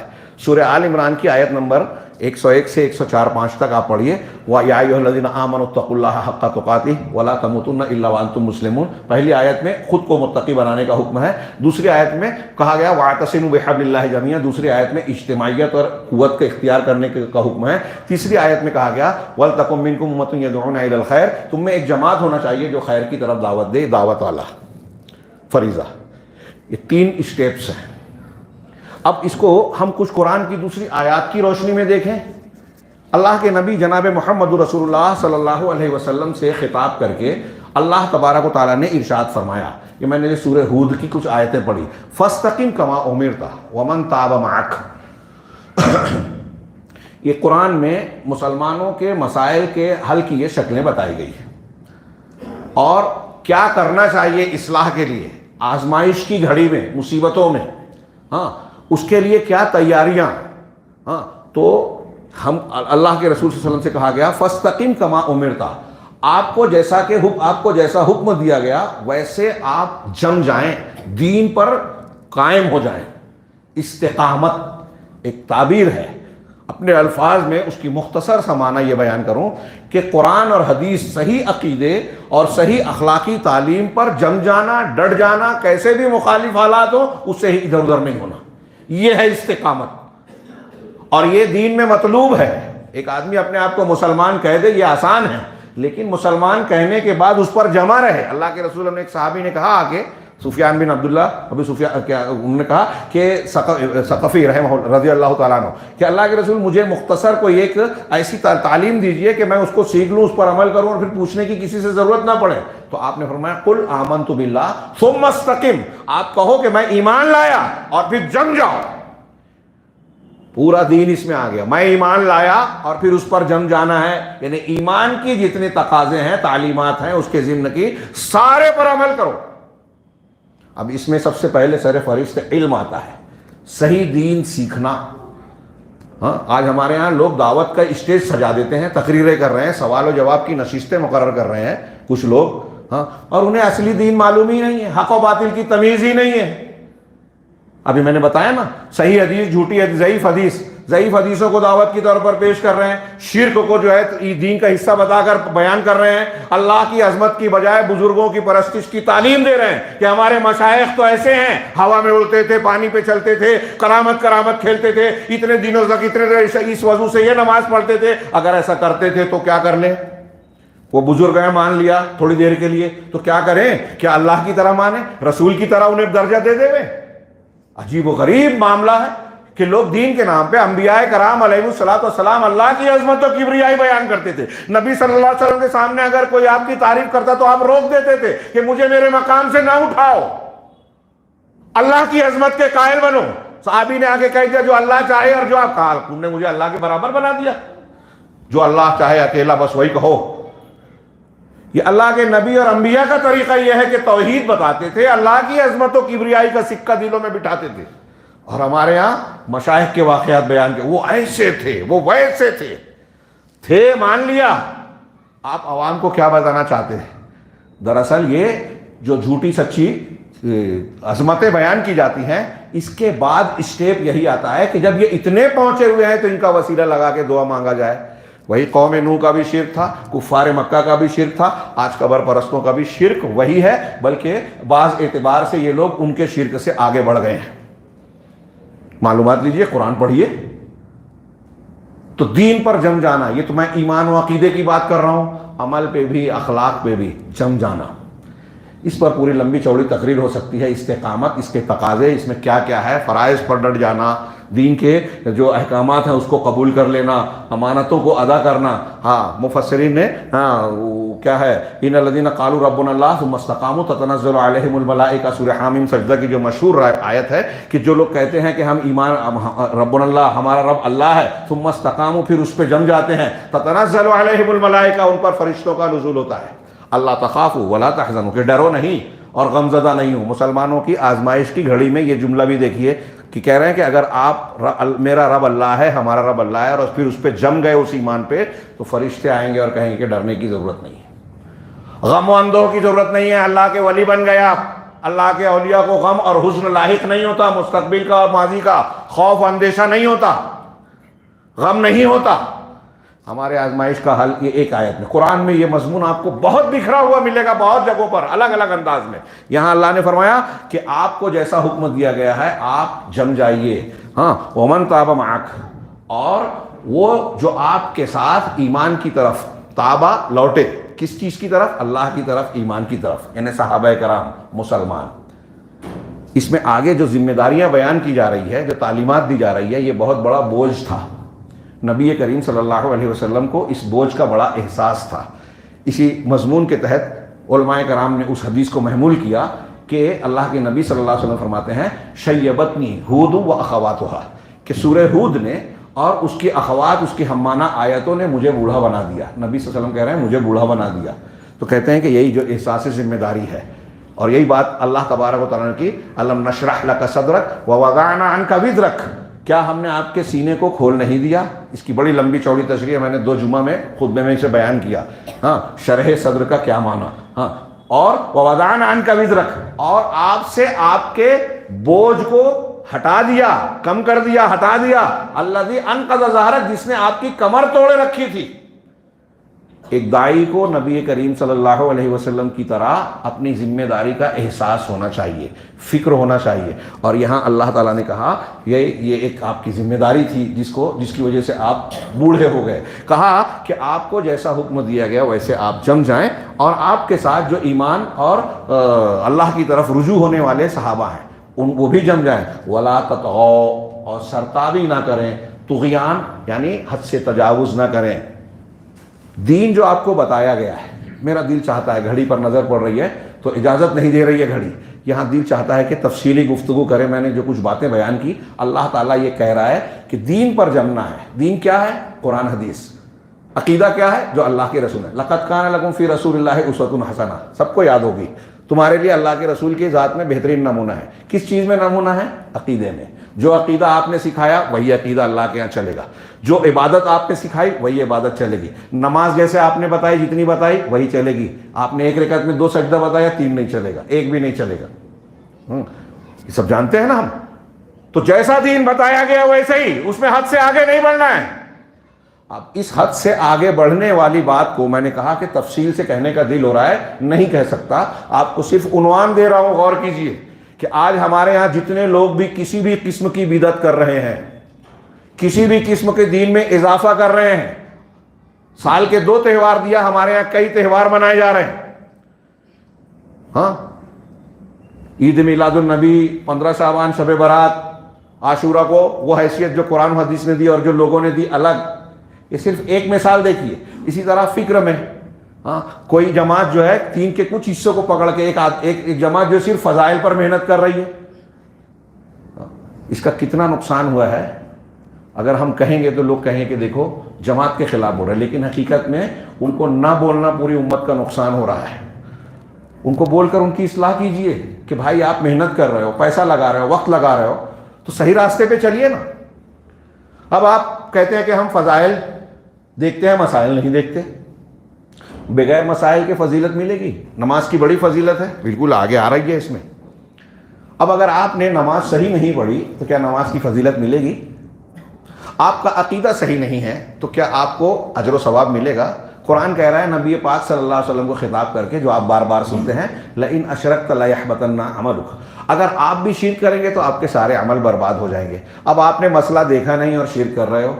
آپ کے فضائل میں یہ بھی بیان کیا گیا کہ اللہ کے رسول کا وسیلہ لگا کے حضرت آدم نے دعا مانگی، تو آپ بھی مانگ رہے ہو۔ علماء دیوبند کے فتوے میں بھی ہے کہ رسول اللہ صلی اللہ علیہ وسلم کا وسیلہ لگا کے دعا مانگی جا سکتی ہے، جبکہ سارے اہل سنت بشمول امام ابو حنیفہ، امام یوسف، امام محمد رحمہ اللہ کہتے ہیں کہ شخصیات کا وسیلہ لگانا حرام ہے، چاہے وہ شخصیت انبیاء اور رسولوں کی ہو۔ اور یہ حضرت آدم والی روایت جو بیان کی جاتی ہے مستدرک حاکم میں، یہ عام طور سے محدثین نے بیان کیا کہ یہ موضوع ہے، من گھڑت ہے، جھوٹ ہے، صحیح حدیث ہے ہی نہیں۔ قرآن میں حضرت آدم کی دعا موجود ہے، اس میں یہ تذکرہ ہی نہیں ہے۔ اب ہم فضائل بیان کر رہے ہیں اور یہ بیان کر دیا، تو بتائیے کہ فضیلت کے نام پہ آپ شرک بیان کریں، فضیلت کے نام پہ آپ مسئلہ ہی نہ جانیں، آپ کو یہی پتہ نہیں کہ صحیح منہج کیا ہے، یا پھر آپ نے اتنی فضیلت بتائی دی کہ ایک مسلمان آج یہ سمجھنے لگا ہے کہ اگر میں فلاں فلاں ذکر کر لوں، فلاں فلاں عبادت یا نوافل کا اہتمام کر لوں، تو اب بہن کا حق مار لوں، سودی لین دین کر لوں، جھوٹ بولوں، غیبت کروں، زنا کروں، نشے کی عادت اختیار کر لوں، چاہے جو حرام اور غلط کام کرتا رہو، فضائل میرے گناہ کو صاف کر دیں گے۔ غلط دین ہے، وضاحت کریں۔ دیکھیے ایسے دین کے ٹھیکیدار آج ہمارے سماج میں ایسا مانتا ہوں کہ کسی بھی شہر میں چلے جائیے، یہ دین کا کام کرنے والے ایسے لوگ آپ کو ان کے اندر شرک ملے گا، بدعت ملے گی، ان کے معاملات صاف نہیں ملیں گے، اور وہ سمجھیں گے کہ میں نے، اور بیان کریں کہ میں نے خواب میں اللہ کے رسول کو دیکھا، خواب میں جنت کو دیکھا، میں اس میں داخل ہو رہا ہوں۔ شیطان دکھاتا ہے گمراہی کے ساتھ، خواب شیطان دکھاتا ہے عظمتوں کے۔ اللہ کے رسول نے کہا نا کہ جس نے مجھے دیکھا اس نے مجھے دیکھا، شیطان میری شکل اختیار نہیں کر سکتا۔ تو اللہ کے رسول صلی اللہ علیہ وسلم کی اسی حدیث سے یہ پتہ چلا کہ اللہ کے رسول صلی اللہ علیہ وسلم کے علاوہ دوسروں کی شکل شیطان اختیار کر سکتا ہے۔ ابوبکر صدیق، عمر فاروق، دوسرے صحابہ اور دوسرے بزرگوں کی شکل اختیار کر سکتا ہے۔ خیر وہ دوسرا موضوع ہو جائے گا۔ تو میں یہ عرض کر رہا ہوں کہ اس غلط دین کے تصور نے، بدعت و خرافات والے دین نے، بجائے دین کے پر عمل اور تزکیہ اور تعمیر کرنے کے اور بگاڑ پیدا کیا۔ حرام لوگ کھا رہے ہیں۔ عبادتوں میں کون سا عمل ہے جہاں، ابھی دیکھیے میں کہاں راستے میں ہم ایک جگہ مسجد میں گئے، وہاں عجیب عجیب دعائیں پہلی بار میں نے پڑھی۔ وضو کرنے کی دعا میڈ ان انڈیا، روزے کی دعا، سحری کی نیت کی دعا، نماز کی نیت کی دعا، فلاں فلاں، کیا ہر جگہ نئی چیزیں جو اللہ رسول نے دیا وہ کافی نہیں ہے۔ یہ جتنی چیزیں بڑھائی جا رہی ہیں سب ولا تطغوا کے خلاف ہے، جو میں آیت پیش کیا نا کہ دین جیسا دیا گیا ہے اس پر جم جاؤ، ولا تطغوا، اور حد سے آگے نہ بڑھو، سرکشی نہ کرو۔ تو یہ جو دعائیں ہم ایجاد کر رہے ہیں، عبادات ہم نے ایجاد کر لی، غلط فضیلت کے ساتھ کچھ اعمال کو بنا لیا، کچھ عبادتیں، نوافل، کچھ تہوار بڑھا دیے، جتنی بھی بدعتیں ہیں سب طغیان ہے۔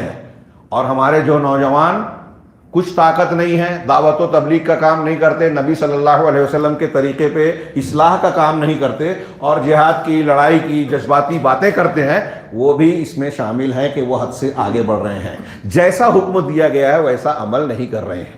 میں نے ہر جگہ بیان کیا کہ ایک آدمی، اگر آپ میں سے، ہم میں سے کوئی شخص، ایک عام آدمی سے فتویٰ پوچھا جائے، ایک آدمی غریب ہے، ہاں، اگر وہ زکوٰۃ نہیں دے رہا ہے، غریب ہے، صاحب نصاب ہے ہی نہیں، تو کیا اللہ تعالیٰ اس سے قیامت کے دن پوچھے گا تو نے زکوٰۃ کیوں نہیں دی؟ بتائیے، کہے گا وہ مجرم ہوگا؟ نہیں نا، وہ طاقت نہیں رکھتا نا زکوٰۃ کی۔ ایک آدمی کے پاس حج کرنے کی طاقت نہیں ہے، نہیں کیا، مر گیا، نیت ہے دل میں لیکن طاقت نہیں ہوئی، اللہ تعالیٰ اس سے حساب لے گا اور عذاب دے گا کہ حج نہیں کیا، طاقت ہی نہیں تھی۔ سمپل ہے نا۔ ایک صحابی ایمان لائے، کافر سے مسلمان ہوئے، اللہ کے رسول سے اجازت مانگی، جنگ میں شریک ہوئے، شہید ہو گئے، ایک وقت کی بھی نماز نہیں پڑھی، ایک وقت کی۔ حضرت ابو ہریرہ مدینہ کے بچوں سے سوال کرتے تھے کہ وہ کون شخص ہے جس نے ایک بھی نماز نہیں پڑھی اور جنت میں گئے؟ اللہ کے رسول نے ان کے بارے میں بتایا۔ کیا اللہ تعالیٰ ان سے پوچھے گا کہ جب نماز نہیں پڑھی؟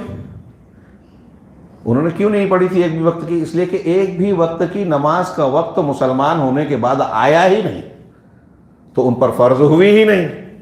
مسلمان ہوئے، گھنٹے 2 گھنٹے میں شہید ہو گئے، جو ان کی طاقت میں تھا وہ کیا۔ اب آج کے ہمارے نوجوانوں کو یہ بات سمجھ ہی میں نہیں آتی۔ آپ ساؤتھ میں یا ہندوستان کے مختلف حصوں میں جائیں، کچھ تنظیمیں بنی ہیں جو میں ایسا مانتا ہوں کہ غیروں کی لانچ کی ہوئی ہے اور یہ ماننے کے لیے تیار نہیں ہے، یہ ان کے اعلی کار بنتے ہیں، یہ وہ کام کرنے کی بات کرتے ہیں جو مسلمانوں کو جس کی طاقت ہے ہی نہیں۔ حضرت موسیٰ علیہ السلام، حضرت یوسف علیہ السلام، انبیاء کرام نے جو نہیں کیا وہ یہ کرنے کی بات کرتے ہیں۔ وہ آپ کی طاقت نہیں ہے اور آپ کہیں گے کہ یہ نہیں کر سکتے، تو وہ کہیں گے کہ آپ بزدل ہو، قرآن کو نہیں مانتے۔ تو ایسا ہی ہے کہ اب کوئی زکوٰۃ کی طاقت نہ رکھنے والے کو زکوٰۃ نہ دینے کا مجرم قرار دے وے۔ ایک تو میں نے سمپل لاجک میں، سمپل بات میں وے میں سمجھانے کی کوشش کی، اور دوسری طرف اس کو یوں سمجھیے کہ آپ جس مرحلے کی بات کر رہے ہو اس سے پہلے کے جو مراحل قرآن و حدیث نے بیان کیے، جناب محمد رسول اللہ صلی اللہ علیہ وسلم نے مکی دور میں دیگر انبیاء نے جو کام کیے، کیا آپ نے وہ مرحلے طے کیے؟ مشکل والا کام تو آپ کرتے ہی نہیں ہیں، آپ کے اندر اتنی جرت نہیں ہے۔ میں نے ابھی کئی نام لیا، کچھ لوگوں کو اعتراض ہوگا کہ آپ نے نام لے کے کہا کہ فلاں شخص کے اندر بدعقیدگی ہے، وحدت الوجود ہے، وہ صحابہ کو برا بھلا کہتا ہے، گمراہ ہے، اس کے پیچھے نہ جائیں۔ یہ بیان کرنے کی ان میں طاقت نہیں ہے، بدعت کو بدعت نہیں کہتے، سب ایک ہو جاؤ، اتفاق کر لو۔ تو جس کے اندر اتنی طاقت نہیں ہے، اس کے یہاں حکومتوں سے لڑنے کی طاقت کہاں سے ہے؟ جو نہیں کر سکتے وہ کرنے کی بات کرتے ہو، اور جو انبیاء نے کیا کر سکتے ہیں آپ۔ شرک کے خلاف آپ محاذ آرائی کر سکتے ہو، اپنے سماج میں پھیلی ہوئی برائیوں کے خلاف جہاد کر سکتے ہو، صبر کر سکتے ہو، یہ نہیں کرتے۔ اس میں مشکل ہے نا، اس میں بڑی مشکل ہے۔ کوئی ہمارے ساتھ زیادتی کرے، ہم اسے معاف کر دیں، بہت مشکل کام ہے۔ کوئی رشتہ کاٹے اور ہم اس کو جوڑیں، مشکل کام ہے، یہ ہم سے نہیں ہوگا۔ اور جو نہیں ہوتا اس کو کرنے کی بات کرتے ہیں، اس کے خلاف، اس کو نہ کرنے والوں کے خلاف فتویٰ بازی کرتے ہیں۔ تو میں صرف یہ ولا تطغوا سمجھا رہا ہوں کہ جیسے حکم دیا گیا ہے ویسے دین پر جم جاؤ اور حد سے نہ بڑھو۔ ولا تطغوا، حد سے بڑھنے کی یہ مختلف شکلیں ہیں۔ آج ہمارے نوجوان جو لوگ بدعت و خرافات کر رہے ہیں، قرآن حدیث کی تعلیم کو سے ہٹ کر اپنے مزاج اور منہج، اپنی دعائیں، اپنے تہوار، اپنے فکر کو، فلاں بزرگ کی یہ فکر ہے، فلاں صاحب کی یہ فکر ہے، میں اس کے پیچھے جاؤں گا، جو اس چیزوں کو اختیار کر رہا ہے وہ اس کے خلاف جا رہا ہے۔ مسلمانوں کو آزمائش کی گھڑی میں یہ کام کرنا چاہیے جو اللہ نے کہا۔ نبی کریم صلی اللہ علیہ وسلم پر جب یہ آیتیں ابتدائی دور میں کیا حالات تھے؟ ہمارے یہاں گھر توڑے جا رہے ہیں، ہاں، اذان پر پابندی، حجاب پر پابندی، فلاں مصیبت، فلاں قانون بنایا جا رہا ہے کہ آپ گوشت نہیں کھا سکتے، اور یہ گوشت ایسا ہے، یہ لو جہاد ہے، یہ گوشت کو بھی جہاد سے جوڑ دیا کرناٹک میں، اس پر پابندی اور اس کی گفتگو چل رہی ہے۔ یہ جو تکالیف ہیں، پریشانیاں ہیں جس سے ہم تشویش میں مبتلا ہو رہے ہیں، تھوڑی دیر کے لیے موٹے سی عقل سے یہ سوچئے کہ کیا جناب محمد رسول اللہ صلی اللہ علیہ وسلم اور صحابہ کرام کی جو مخالفت ہوتی تھی، ستایا گیا، ہاں، بنی اسرائیل کو فرعونیوں نے جو غلام بنا کر رکھا برسہ برس، یہاں تک کہ حضرت موسیٰ کے آنے کے بعد بھی بہت دنوں تک، سالہ سال جو ہے تکلیفیں جھیلتے رہے، کیا یہ اس سے شدید ہے ہمارے حالات؟ اس سے زیادہ بڑے ظلم ہو رہے ہیں؟ ہمارے یہاں ایک نوجوان اٹھتا ہے، سوشل میڈیا کا دور ہے، سمجھے بوجھے کچھ نے لکھ دیا، شکوہ شکایت شروع ہو گئی، علماء یہ کہتے ہیں لیکن اللہ کی مدد کہاں آ رہی ہے؟ تو علماء کے کہنے پہ آپ بات مانتے ہیں کیا؟ آپ دین پر عمل کر رہے ہیں؟ صحیح عقیدہ اختیار کرنے کے لیے تیار ہوئے؟ بدعت کے خلاف کھڑے ہوئے؟ شرک، سود، حرام خوری، والدین کی نافرمانی، بندوں کے حقوق، اللہ کے حقوق کی جو پامالی ہمارے سماج میں ہو رہی ہے، کیا آپ اس کے خلاف لڑے؟ کبھی کھڑے ہوئے؟ پھر شکوہ شکایت کیوں کر رہے ہیں؟ تو اللہ تب میں عرض کر رہا تھا کہ دین پر قائم رہو اور طغیان نہ کرو۔ وقت بہت کم ہے، ایک اصولی بات علامہ ناصر الالبانی رحمہ اللہ زندگی بھر کہتے رہے، اور دوسرے عرب علماء اس کو لکھتے ہیں، ہمارے ہاں کم بولا جاتا ہے، کہ دین کے اس عمل کا دو پہلو ہے اگر آپ لوگوں کی، سماج کی اصلاح کرنا چاہتے ہیں، ایک تحلیہ، ایک تخلیہ۔ تخلیہ اور تحلیہ، اس کو دوسرے الفاظ میں کہیں گے تصفیہ اور تربیہ۔ تخلیہ اور تصفیہ، اس کا مطلب ہے صاف کرنا۔ ہمارے اندر جو بدعقیدگی ہے، شرکیات ہیں، بدعات ہیں، گناہ ہیں، غلط اخلاق ہیں، اس سے ہمارے سماج کو صاف کرنا۔ اب اس کو ہم دوسروں کی بات کرتے ہیں، ہمارے گھر میں آج دیکھ رہے ہیں، گھروں میں سبق نہیں لے رہے ہیں ہم، مسلم لڑکیوں کا جو معاملہ اور یہ جو ہے نا بے غیرتی کا، دوسرے گھروں کو ان کو الزام مت دیجیے، ہم سب اس میں مجرم ہیں، ہم سب مجرم ہیں. میں مسائل ایک دوسرے سے جڑے ہوئے ہیں. کاش وقت ہوتا جب ہمارے یہاں بیواؤں کی شادی نہیں ہوتی، مطلقہ مسئلہ بن جاتی ہے، طلاق کو بہت بڑا گناہ سمجھا جاتا ہے، زنا کا راستہ آپ نے کھول رکھا ہے اور دوسری شادی کو برا سمجھ رکھا ہے، جس کی اللہ نے اجازت دی، رسول نے کیا. اب میں اب کہوں دوسری تیسری شادی کی بات تو لوگ اس کو موضوع بنا، ہر مولانا یہ بول دیے. عورتیں خاص طور سے ہندو کلچر کا اثر ہے. میں اکثر کہتا ہوں کیا 2 شادی 3 شادی بری بات ہے؟ اگر کوئی دین کی بنیاد پر کرتا ہے، ظلم کرتا ہے تو غلط ہے، ہم مانتے ہیں. کیا غلط ہے؟ اور اگر یہ غلط ہے تو رسول اللہ صلی اللہ علیہ وسلم نے کیا تو کیا آپ ان کو آپ کے تعلق سے کیا کہیں گے؟ ہمارے سماج میں اس کو باقاعدہ برا نہ. ایک بات اصولی نواقض ایمان میں ذکر کیا ہے علماء نے. شیخ محمد بن عبد الوہاب رحمہ اللہ نے 10 چیزوں کو ذکر کیا، بہت ساری ہیں، 10 کو خصوصی ذکر کیا. تو اس میں سے ایک چیز یہ ہے کہ کوئی شخص اللہ کی نازل کی ہوئی شریعت اور اصولوں میں سے کسی بھی چیز سے بغض اور نفرت کرے. ایک آدمی داڑھی سے نفرت کرے، داڑھی فرض ہے سنت ہے، یہ ایک الگ بحث ہے.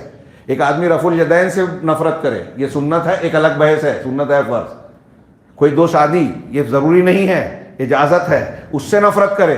اگر نفرت کر رہا ہے، برا سمجھ رہا ہے تو وہ اسلام سے باہر ہو جائے گا. جو اللہ نے بتایا اس کو برا سمجھے اگر کوئی انسان، اٹھا کے دیکھیے اس کی قرآن کی دلیلیں، حدیث کی دلیلیں ملے گی، تفصیل کا موقع نہیں ہے. جس کو اللہ اور رسول نے بتایا ہم اس کو برا سمجھیں. نوجوانوں کو میں عرض کرتا ہوں، اکثر کہا کرتا ہوں، یہاں بھی دہراتا ہوں کہ اگر قرآن و حدیث سے کوئی چیز ثابت ہے تو آپ کو کسی بھی مقام پر، ٹی وی چینل پر، اخبار میں، پبلک میں، لاکھ لوگوں کے بیچ میں کوئی پوچھے کہ کیا تمہارے مذہب میں یہ اور آپ کو یقین ہے قرآن حدیث سے، کہا ہاں ایسا ہے اور ہم یہ مانتے ہیں، یہی صحیح ہے. ہم سمجھا پائیں یا نہ سمجھا پائیں 2 نمبر کی بات، لیکن میں مانتا ہوں یہی صحیح ہے، یہ ہمارا ایمان ہے. صدیق اکبر نے کہا تھا نا ابو جہل سے کہ اگر رسول اللہ صلی اللہ علیہ وسلم نے کہا ہے کہ میں ایک رات میں معراج کر کے آیا ہوں، آپ نے اگر کہا ہے تو میں مانتا ہوں، عقل کتنا بھی رد کرے. یہ ہے ایمان. کیا ہے ہمارا یہ معیار؟ ہم نے تو ایمانیات پر محنت ہی نہیں کی ہے. لوگ 20 سال 15 سال دین میں لگا رہے ہیں اور توحید نہیں معلوم، شرک نہیں معلوم. کون سا دین سیکھ رہے ہیں؟ انبیاء کرام کا دین، قرآن کا دین یہاں سے شروع ہوتا ہے. توحید پہلا سبق ہے. اگر کسی قوم نے نہیں مانا تو اللہ اور رسول اللہ نے ان کو نماز نہیں بتائی، اور ہم نماز اور فلاں فضیلتوں کی بات کرتے ہیں. ہمارا طریقہ دعوت و طریقہ علم تعلیم، طریقہ اصلاح قرآن و حدیث اور نبی والا طریقہ ہے ہی نہیں، تو نتیجہ کہاں سے آئے گا؟ اصلاح کہاں سے ہوگی؟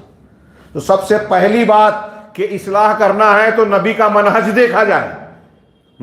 میں نے جمعہ کا خطبہ دیا، اس آیت کے سورہ جمعہ کی اسی جمعہ کو 2 روز پہلے کا، 1 روز پہلے اللہ تعالیٰ نے فرمایا هو الذی بعث فی الامیین رسولا منہم. اس آیت کی تشریح میں اب اس آیت کو رکھیے کہ اللہ ہی وہ ذات ہے جس نے امیوں میں، جو پڑھے لکھے نہیں تھے، تشریح کا موقع نہیں ہے، پڑھے لکھے نہیں تھے، انہی میں سے ایک رسول کو بھیجا، مبعوث کیا. ہاں، یتلو علیہم آیاتہ. یہ رسول کیسے اصلاح کیے؟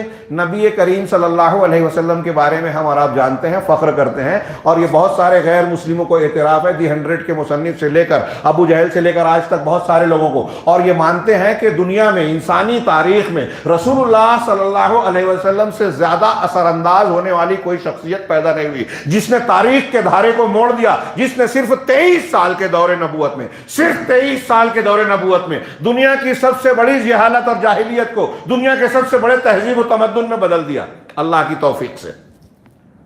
غور کرنے کی بات ہے. آپ کی دعوت کامیاب ہے یا نہیں؟ آپ سے کامیاب دعوت دوسرے رسولوں کی بھی نہیں ہوئی، یہ سب مانتے ہیں.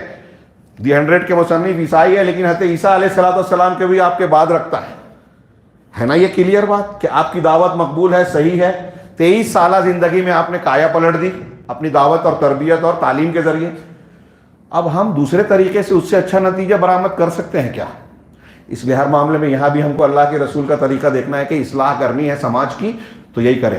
تحلیہ، تخلیہ، تربیہ، تصفیہ. نیکیوں کو کرنے کی تعلیم، جو مقصود ہے اس کو کرنا، اور جو اس کے راستے میں رکاوٹ یا اس کی ضد ہے اس سے صفائی. شرک، حرام، ممنوع چیزوں سے صفائی، اور جو نیک کام ہے اس کی عادت ڈالنا، تربیت دینا، تعلیم دینا. تزکیہ اسی کو کہا. تو اللہ کے رسول صلی اللہ علیہ وسلم کا طریقہ کیا بتایا اللہ تعالیٰ نے؟ یہ قرآن میں 4 جگہ آیتیں ہیں، سورہ جمعہ والی آیت میں پڑھ رہا ہوں اس مضمون کی، کہ اسی نے اللہ کے رسول صلی اللہ علیہ وسلم کو ان امیوں میں سے ایک رسول کو بھیجا. یتلو علیہم آیاتہ، جو قرآن کی آیتوں کو ان پر تلاوت کرتے ہیں. قرآن کی آیتیں، فلاں بزرگ، فلاں صاحب کا درس، فلاں کی ڈائری، فلاں کی فکر. ہمارے ہاں کچھ لوگ ہیں نا بولتے ہیں قرآن کا شعوری مطالعہ. اب جب شعوری مطالعہ کرنے جاؤ تو وہ اپنے عالم کی کتاب پڑھنے بولتے ہیں، بس تفہیم اور تدبر، بس یہی دو کتاب. سارے قرآن کی معنی 1400 سال میں یہاں سمٹے ہوئے، جبکہ اس میں بہت ساری غلط باتیں ہیں، صحیح حدیثوں کا انکار ہے، سلف کی تفسیر کی مخالفتیں ہیں، تفسیر بھی رائے کی انتہائی بدترین شکلیں ہیں، اعتزال ہے اس میں، خارجیت ہے اس میں، انحراف اور گمراہیاں ہیں. تو قرآن بھی قرآن کے اصولوں سے پڑھا جائے گا جو قرآن حدیث نے بیان کیا. بہت اہم باتیں اور بڑی باتیں کہہ رہا ہوں میں، وقت کم ہے اس لیے نتیجے کی باتیں کہہ رہا ہوں، عرض کر رہا ہوں. نوجوان اسے سیکھیں. نہیں سمجھ میں آ رہا ہے غور کریں، میری گزارش ہے اللہ کے لیے، یہ میرے نہیں سب کے فائدے کی بات ہے. سب سے پہلے جو کرے گا اس کو فائدہ ملے گا. تو اللہ تبارک و تعالی نے فرمایا کہ آپ اللہ کی آیتوں کی تلاوت. آج ہمارے یہاں دعوت و تبلیغ کرنے کے لیے کوئی کسی کی ڈائری پڑھ رہا ہے، کوئی کسی مولوی کے پیچھے بھاگ رہا ہے، اس کی کتاب پڑھ رہا ہے فلاں اور فلاں کی. صرف روئے زمین پر آپ کو اہل الحدیث کا وہ طبقہ ملے گا جو قرآن و حدیث کی ہی صرف بات کرتا ہے. اس کے خلاف بڑے سے بڑا آدمی ہوا میں اڑے، پانی پہ چلے، اس کے خلاف ہے، اس کی بات نہیں مانتا. اور یہی تعلیم ہے. اللہ کے رسول نے فرمایا موسیٰ بھی زندہ ہو جائیں میری ماننا پڑے گی. کتنی صاف اور کلیئر بات ہے، لوگوں کی سمجھ میں ہی نہیں آتی. موسیٰ علیہ السلام سے بڑھ کر دنیا کا کوئی پیر ولی بڑے سے بڑی کرامت والا موسیٰ علیہ السلام کے پیروں کی دھول تک نہیں پہنچے گا، اور اس کی کرامات بتا کے آپ اس کے پیچھے بھگاتے ہو. اللہ کے رسول کہہ رہے ہیں موسیٰ بھی آ جائے تو میری اتباع کر رہا. تو مطلب یہ ہوا کہ مرکز اتباع ہمارے لیے رسول صلی اللہ علیہ وسلم ہے. پہلے یہ صحیح کیجئے، اللہ اور رسول بس. یہ اللہ اور رسول کی بات ماننی ہے. کیسے ماننی ہے؟ جیسے صحابہ نے مانا. قرآن کی اور بھی دلیلیں ہیں، یہ اصولی باتیں. یہ قرآن کی آیتوں کی تلاوت کرتے تھے. مطلب ہمیں لوگوں کی اصلاح کرنے کے لیے قرآن پڑھنا چاہیے. میں آپ سے گزارش کروں گا اپنے گھروں میں پابندی لگائیے اپنے بچوں کے لیے، نوجوان، بوڑھے، خواتین اور مرد عورت جو بھی ہوں، کہ روزانہ ایک وقت کم سے کم چاہے ہو 10 منٹ 15 منٹ کم سے کم وقت ہو، لیکن روزانہ مقرر کریں گے قرآن پڑھیں گے. اور معتبر تفسیر میں سے ایک رکوع آدھے رکوع کا ترجمہ پڑھیں گے، یا ترجمہ نہیں پڑھ سکتے تو ہم طے کریں گے کہ جو صحیح عقیدے والے قابل اعتماد علماء ہیں ان کے درس میں ہفتے میں 1 یا 2 مرتبہ ضرور شریک ہوں گے. کیوں؟ اس لیے کہ اللہ نے فرمایا نبی کا طریقہ یتلو علیہم آیاتی ویزکیہم، اور ان کا تزکیہ کرتے تھے.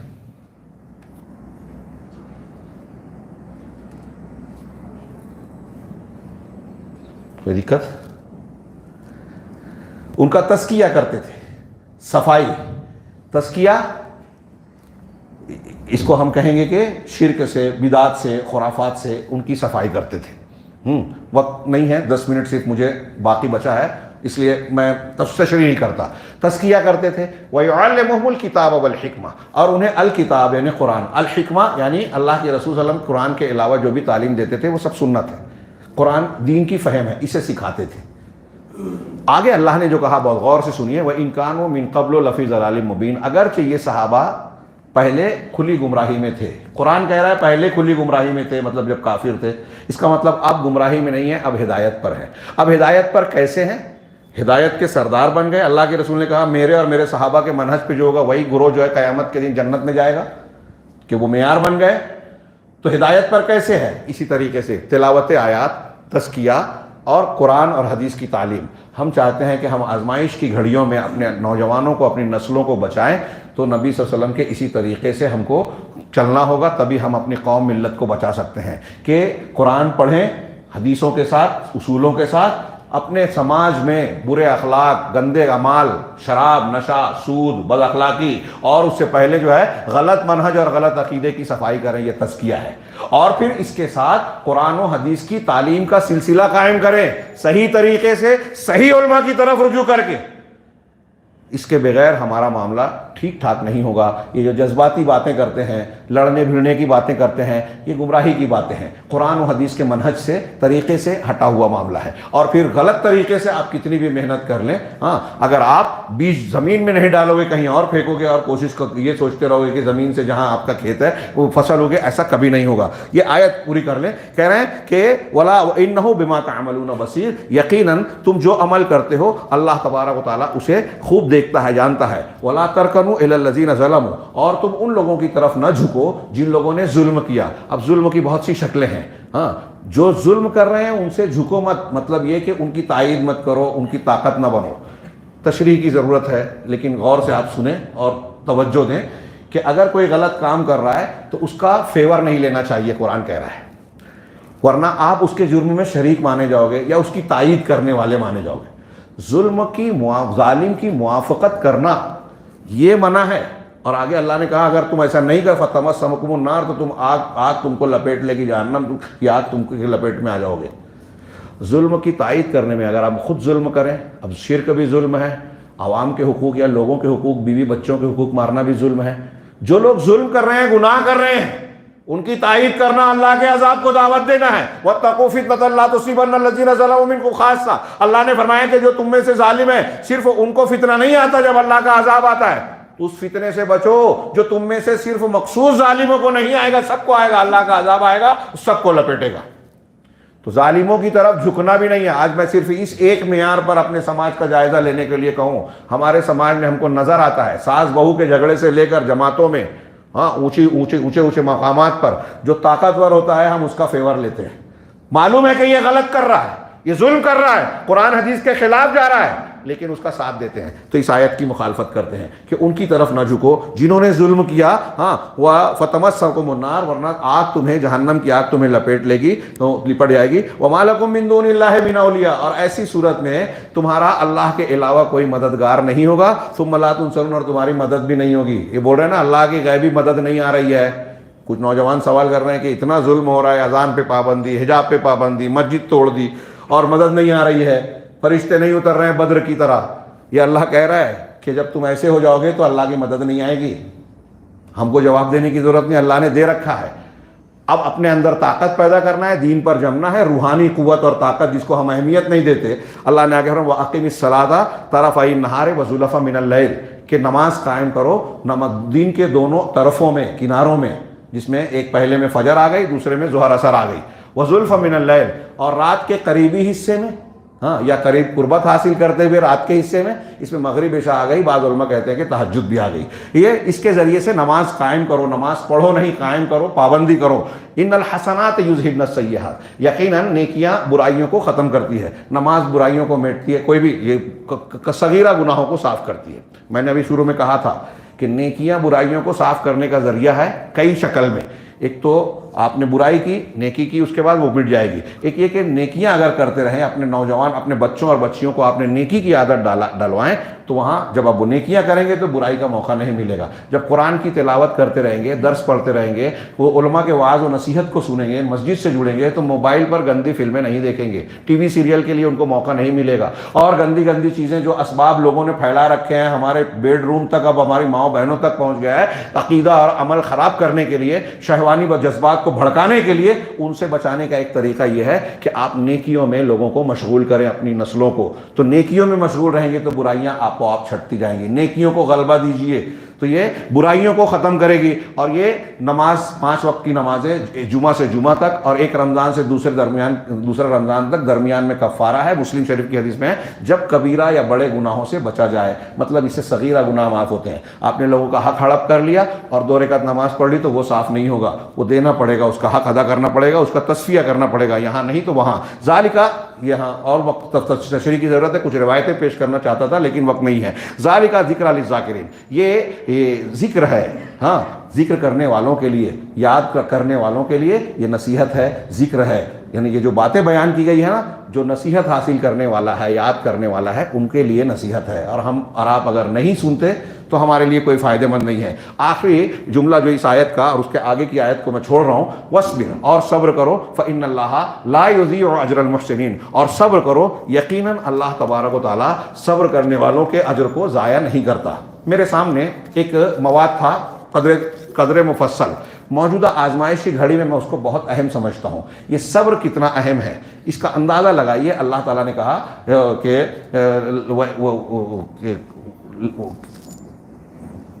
لَإِن تَصْبِرُوا وَتَتَّقُوا لَا يَضُرُّكُمْ كَيْدُهُمْ شَيْئًا, اگر تم صبر کرو اور تقوی اختیار کرو تو دشمنوں کی چالیں, سازشیں تم کو کوئی نقصان نہیں. کون کہہ رہا ہے یہ؟ رب العالمین. اللہ کی بات غلط ہو سکتی ہے؟ ہمارا نوجوان کہتا ہے ارے مولوی تو یہ باتیں کرتا ہے. مولوی کی بات نہیں ہے، یہ میری بات نہیں ہے، رب العالمین کی بات ہے. کیا اس میں شک ہے؟ ہاں، صبر کرنا بہت وسیع معنی رکھتا ہے. اس پر مستقل خطاب اور مستقل تفصیل جاننے کی، جتنی بھی نیکیاں ہم کرتے ہیں، صبر 3 طریقے کا ہے. نیکیوں کے کرنے میں صبر کہ ہم اس پر جمے رہیں، برائی سے بچنے میں صبر کہ ہم برائی کا موقع ملے اور اپنے آپ کو روکیں کہ اللہ اور رسول نے منع کیا نہیں کریں گے. اللہ کی تقدیر کے فیصلوں پر صبر کہ کوئی تکلیف مصیبت آ گئی تو اپنے آپ کو جین پر جمائے رکھنا، شکوے شکایت نہیں کرنا. یہ پورے دین اور زندگی کو گھیرے ہوئے ہے. صبر سے زندگی کی مشکلات آسان ہوتی ہے. اللہ کے حضرت عمر فاروق کہتے ہیں وجدنا خیر عیشنا بالصبر، ہم نے اپنی زندگی کی بھلائی کو صبر کے ذریعے سے جانا. اور اس صبر کو آپ ضائع مت سمجھیے. یہ میرے پاس آیتیں ہیں، پورا واقعہ پیش نہیں کر سکتا، سورہ اعراف کی آیتیں. ہاں، میں نے عید کے خطبے میں تفصیل سے کسی کا تھوڑی سی تفصیل بیان کی ہے کہ فرعون کے لوگوں نے جب فرعون کو موسیٰ اور بنی اسرائیل کے خلاف اکسایا جادوگروں کے مقابلے کے بعد، تو ان کی بچیوں کو پھر سے قتل کرنے لگا، بچوں کو قتل کرنے لگا، عورتوں کو چھوڑنے لگا اور کہا کہ ہم کو ان پر پورا طاقت ہے. تو قوم میں موسیٰ نے جو ان لوگوں نے کہا کہ موسیٰ کچھ کیجئے، تو حضرت موسیٰ نے اپنی قوم سے کہا استعینوا باللہ، اللہ سے مدد مانگو، واصبروا، اور صبر کرو، ولا ان الارض للہ، یقیناً زمین اللہ کی ہے. کیا موسیٰ علیہ السلام کو یہ آج کے فرنٹ والے اور فلاں تنظیموں والے یہ کہیں کہ بزدلی کی بات کر رہے تھے؟ ہاں، ان الارض للہ، یقیناً زمین اللہ کی ہے، یورثھا من یشاء، جس کو چاہتا ہے اللہ وارث بناتا ہے، ہاں، من عبادہ، اپنے بندوں میں سے، والعاقبۃ للمتقین، اور نتیجہ متقی پرہیزگار لوگوں کے حق میں ہوتا ہے. یہ جملہ یاد کر لیجئے قرآن کا کہ عاقبہ، نتیجہ، آپ گھر میں ساس بہو کا جھگڑا ہو، بھائی بھائی کا جھگڑا ہو، دوست احباب کا ہو، جماعت کا جھگڑا ہو، قوم و ملتوں کا ہو، غیر مسلموں سے ہو، اگر آپ تقوی پر اور اللہ کی شریعت کے پابند ہیں تو یاد رکھیے، لکھ لیجئے کہ نتیجہ آپ کے حق میں اللہ کرے گا. یہ قرآن کا وعدہ ہے، یہ غلط نہیں ہو سکتا. تقوی کے فوائد آپ رمضان میں سنتے رہتے ہیں، فی الحال موقع نہیں ہے. اللہ نے جب حضرت موسیٰ نے یہ بات کہی تو آج کل جیسے ہمارے نوجوان شکایت کرتے ہیں علماء سے، انہوں نے اپنے پیغمبر سے کہا، بنی اسرائیل نے کیا کہا؟ قالوا اوذینا من قبل ان تأتینا ومن بعد ما جئتنا، ارے موسیٰ تمہارے آنے سے پہلے بھی ہم کو ستایا گیا، تکلیف دی گئی، ایذا دی گئی، اور تمہارے آنے کے بعد بھی ستایا جا رہا ہے، ہم تو تکلیف میں پڑے ہوئے ہیں. تو حضرت موسیٰ نے کہا عسیٰ ربکم ان یہلک عدوکم، قریب ہے کہ تمہارا پروردگار تمہارے دشمنوں کو ہلاک کر دے، ویستخلفکم فی الارض، اور تم کو زمین میں جو ہے وہ خلافت اور حکومت عطا فرمائے، فینظر کیف تعملون، اور دیکھے کہ تم کیسا عمل کرتے ہو. ہاں، پھر اس کے بعد اللہ نے کہا کہ ہم نے آل فرعون کو قحط سالیوں میں اور پھلوں کی کمی میں مبتلا کیا، مندی، کاروباری، معیشت کی خرابیوں میں. اور پھر چند آیتوں کے بعد کہا کہ فرعون اور آل فرعون کو، ہاں، انہوں نے، حضرت موسیٰ نے کہا کہ تم کو زمین میں خلافت دے دے، اور فرعون جو کچھ بنا رہا ہے، سنوار رہا ہے، فیکٹریاں اور اس وقت کے اعتبار سے جو عمارتیں تعمیر کر رہا ہے، اللہ اس کو تباہ و برباد کر دے. اور پھر ایسا ہی ہوا. اور اللہ نے کہا کہ پھر ہم نے ان لوگوں کو زمین کے مشرقی اور مغربی حصوں کو، جن کو ہم نے برکت سے نوازا، شام کی سرزمین کا وارث بنا دیا، جن کو زمین میں کمزور سمجھا جاتا تھا. آج ہمیں کمزور سمجھا جاتا ہے، حکومت کو مضبوط سمجھا جاتا ہے. ہاں، آپ غور کیجئے، موسیٰ علیہ السلام کا واقعہ اور قرآن کی یہ آیت، سورہ عصر کو سامنے رکھیے، میں اسے بھی پیش کرنے والا تھا کہ ہمارا کردار آزمائش کی گھڑی میں کیا ہونا چاہیے. گھاٹے سے بچنے والوں کی 4 صفت اللہ نے بتائی: ایمان، عمل صالح، نیکیوں کا، حق کا، ایک دوسرے کو حکم دینا، حق کا، باطل کا نہیں، غلط باتوں کا، غلط منہج کا نہیں، اور ایک دوسرے کو صبر کی تلقین کرنا. ایمان، عمل صالح. ہاں، جب آپ یہ اختیار کریں گے، لوگوں کو صحیح بات بتائیں گے، ایک گندی فلم دیکھنے والے نوجوان کو آپ موبائل سے روکو گے، ایک غلط فکر والے مشرک اور بدعتی کے خلاف جب آپ بولو گے تو اسے غصہ آئے گا. تو اس میں صبر کی ضرورت ہوتی ہے. تو اس کے بغیر ہم کام نہیں کر سکتے. میں یہ عرض کرنا چاہتا ہوں، یہ میرے سامنے ایک کتاب کے مقدمے کی کچھ بحثیں ہیں بہت مختصر میں، اور اس میں ایک تھوڑا سا تفصیلی اقتباس ہے، اس میں 5 منٹ لگے گا، اجازت ہے نا؟ تو اسے میں بیان کرنا چاہتا ہوں. یہاں شیخ نے مسلمانوں کے موجودہ حالات کے تناظر میں یہ ذکر کیا کہ مختلف قسم کی مصیبتوں میں مسلمان گھرے ہوئے ہیں، اور اس سلسلے میں ہمارا نوجوان جہاد کی بات کرتا ہے. اس میں انہوں نے جو کتاب لکھی، شیخ محمد بن عبد الوہاب رحمہ اللہ کی ایک کتاب ہے فضل الاسلام، اس کی انہوں نے تلخیص و تشریح کی ہے، اس کے ایک حصے کو ملخص کر کے ایک کتاب بنائی، مہمات فی الجہاد. جو غلط تصور کچھ غیر مسلم تو اس پر الزام دیتا ہی ہے ہمارے کچھ نوجوانوں میں، اور بعض جو لانچ کی ہوئی تنظیمیں ہیں، لانچ کی ہوئی جو میں بولتا ہوں تو دھیان رکھیے، داعش کو ہیلری کلنٹن نے بولا تھا کہ ہمارے امریکہ، برطانیہ اور اسرائیل کی خفیہ ایجنسیوں نے اخوان المسلمین کی مدد سے بنائی. یہ لانچ کیا جاتا ہے. وہ کیسی کیسی باتیں کرتے ہیں، ہمارا نوجوان جوش میں آ کے چلا جاتا ہے، اس کے پیچھے بھاگتا ہے، استعمال ہو جاتا ہے. تو یہ جو غلط تصور پیش کیا جاتا ہے، تو اس تناظر میں انہوں نے یہ بیان کیا کہ مسلمانوں کی جو بیماریاں ہیں اس کے علاج کے لیے، اگر ہم علاج کرنا چاہتے ہیں، آزمائش کی اس گھڑی میں چاہتے ہیں کہ ہمارے معاملات درست ہوں، تو اس سے پہلے بیماری کی تشخیص تو صحیح ہونی چاہیے. تو اب کچھ لوگ کہتے ہیں، ایک قوم کا قول نقل کیا کہ بعض لوگ کہتے ہیں کہ ہمارے لیے بڑی مصیبت کیا ہے، دشمنوں کی چالیں اور ان کا غلبہ، کہ مسلمانوں کے خلاف جو لوگ ہیں ان کے پاس طاقت ہے، قوت ہے، اور ان کو غلبہ اور اقتدار حاصل ہے، ان کی چالیں کام کر رہی ہیں. کچھ لوگ یہ کہہ رہے ہیں. چنانچہ جب وہ اس کو مسئلہ مانتے ہیں تو ان کے نزدیک علاج کیا ہے؟ وہ علاج یہ بتاتے ہیں کہ مسلمانوں کو جو ہے دشمنوں کے خلاف بھڑکایا جائے اور ان کے منصوبوں کے خلاف باور کیا جائے، ان کے اقوال اور ان کی تصریحات. آج ہم اخبارات میں، جرائد میں، سوشل میڈیا پہ دیکھیے کہ کچھ لوگوں کی یہی عالمیت ہے کہ مسلمانوں کے خلاف فلاں کا یہ منصوبہ ہے، ان کا یہ پروٹوکول ہے، ان کے فلاں یہ منصوبہ بنا رہا ہے. اسی پر وہ پورا دھیان دیتے ہیں اور علماء کے بارے میں یہ تصور کرتے ہیں کہ علماء کرام یہ جانتے نہیں ہیں تو وہ جاہل ہیں حالات سے. ہمارا نوجوان بھی جو یہ کہتا ہے، شیخ جزائری، عبد المالک رمضان جزائری نے اس پر فقہ الواقع لکھا. کچھ لوگوں کا کہنا ہے کہ علماء کو واقع کی فقہ نہیں ہے، قرآن حدیث جو جتنا جانے گا نا واقعات کو اتنا جانے گا. یہ دماغ سے کھرچ دیجئے. اللہ کے رسول صلی اللہ علیہ وسلم کو بھی بعض واقعات نہیں معلوم تھے، بعض لوگ جا کے بتاتے تھے، تو کیا یہ عیب کی بات تھی؟ عیب کی بات ہے قرآن و حدیث کو نہ جاننا. واقعات کی سے لا علم ایک عالم ہو سکتا ہے. تو کہا ان لوگوں کے نزدیک جب یہ سب کچھ ہے تو آج دیکھیے کہ یہی سب پہ پورا وقت لگاتے ہیں. دوسرے ایک گروہ کا کہنا یہ ہے کہ دو مسلمانوں کی بیماری ہے، مسائل ہے. کیوں ہیں؟ وہ ظالم حکمراں ہیں مسلمانوں کی حکومتوں میں، اسلامی حکومتوں میں ظالم حکمراں. لہذا علاج کیا ہے کہ ان حکام کے خلاف جو ہے وہ ایجیٹیشن کیا جائے، ہڑتال کی جائے، سازشیں کی جائے، رات میں اور دن میں جو ہے مختلف قسم کے منصوبے بنائے جائیں اور لوگوں کے دلوں کو ان کی نفرت سے بھر دیا جائے. آج دیکھیے، میں ایسا مانتا ہوں سعودی عرب کے خلاف جو ہمارے مسلمانوں میں چلتا ہے، اس کا اصل ایجنڈا یہود و نصارہ کا تیار کیا ہوا ہے، کیونکہ روئے زمین پر آج صرف وہی ملک ہے جہاں آپ کو شرک اور بدعت نہیں ملے گا، اور وہی ملک ہے جو دین کی سب سے زیادہ خدمت کر رہا ہے، وہی ملک ہے جہاں قرآن کی سب سے زیادہ اشاعت ہوتی ہے، جہاں اسلام کا مرکز ہے، جہاں سے دعات تیار ہوتے ہیں پوری دنیا کے مسلمان، جہاں قرآن و حدیث کی تعلیم حاصل کرتے ہیں، اور مسجدیں وغیرہ کیا کیا تعمیر ہوتی ہے. خیر، یہ اپنی جگہ، لیکن وہاں برائیاں بھی ہیں. میں یہ نہیں کہتا کہ وہاں وہ سب فرشتے بستے ہیں، انسان ہیں، غلطیاں ہوتی ہیں، ہمیں بھی اختلاف ہوتا ہے، لیکن منہج اور عقیدے میں ان سے کوئی اختلاف نہیں. منہج اور عقیدے میں ان سے ہم مطمئن ہیں. اور وہ جو قبر پرستی کر رہے ہیں، جہاں تصوف کو ساتھ مل رہا ہے، جہاں شیعوں کا ساتھ دیا جاتا ہے، وہ صاحب حق ہو ہی نہیں سکتے اور ہے بھی نہیں، ان کا منہج ہی غلط ہے. تو تیسرا گروہ جو ہے وہ یہ سمجھتا ہے کہ مسلمان جو الگ الگ ہے نا، اجتماعی طور پہ وہ یہ مسلک وہ مسلک، وہ اپنا کام کر رہا ہے، وہ اپنے طور سے دوڑ دھوپ کر رہا ہے، تو یہ ان کے جسم اور بدن کا جو تفرق ہے، انتشار ہے، یہ مسلمانوں کا مسئلہ ہے. چنانچہ علاج کیا ہے کہ ہر ایک اپنے اپنے طریقے اور منہج پر چلے، شرک بدعت کرتا ہے کرے، لیکن سب اکٹھا ہو جائیں تاکہ ان کی تعداد بڑھ جائے. کہہ رہے ہیں کہ یہ سب لوگ جو ہے کل ہؤلاء، یہ سب لوگ بیماری کی تشخیص کرنے میں ہی غلطی کرتے ہیں جو قرآن اور سنت کے صراحتاً خلاف ہے. تو جب بیماری کی تشخیص ہی غلط کر رہے ہیں تو علاج تو دور کی بات ہے کر پانا. غلط بیماری جب آپ ڈاکٹر سمجھے گا تو علاج صحیح کہاں کر پائے گا.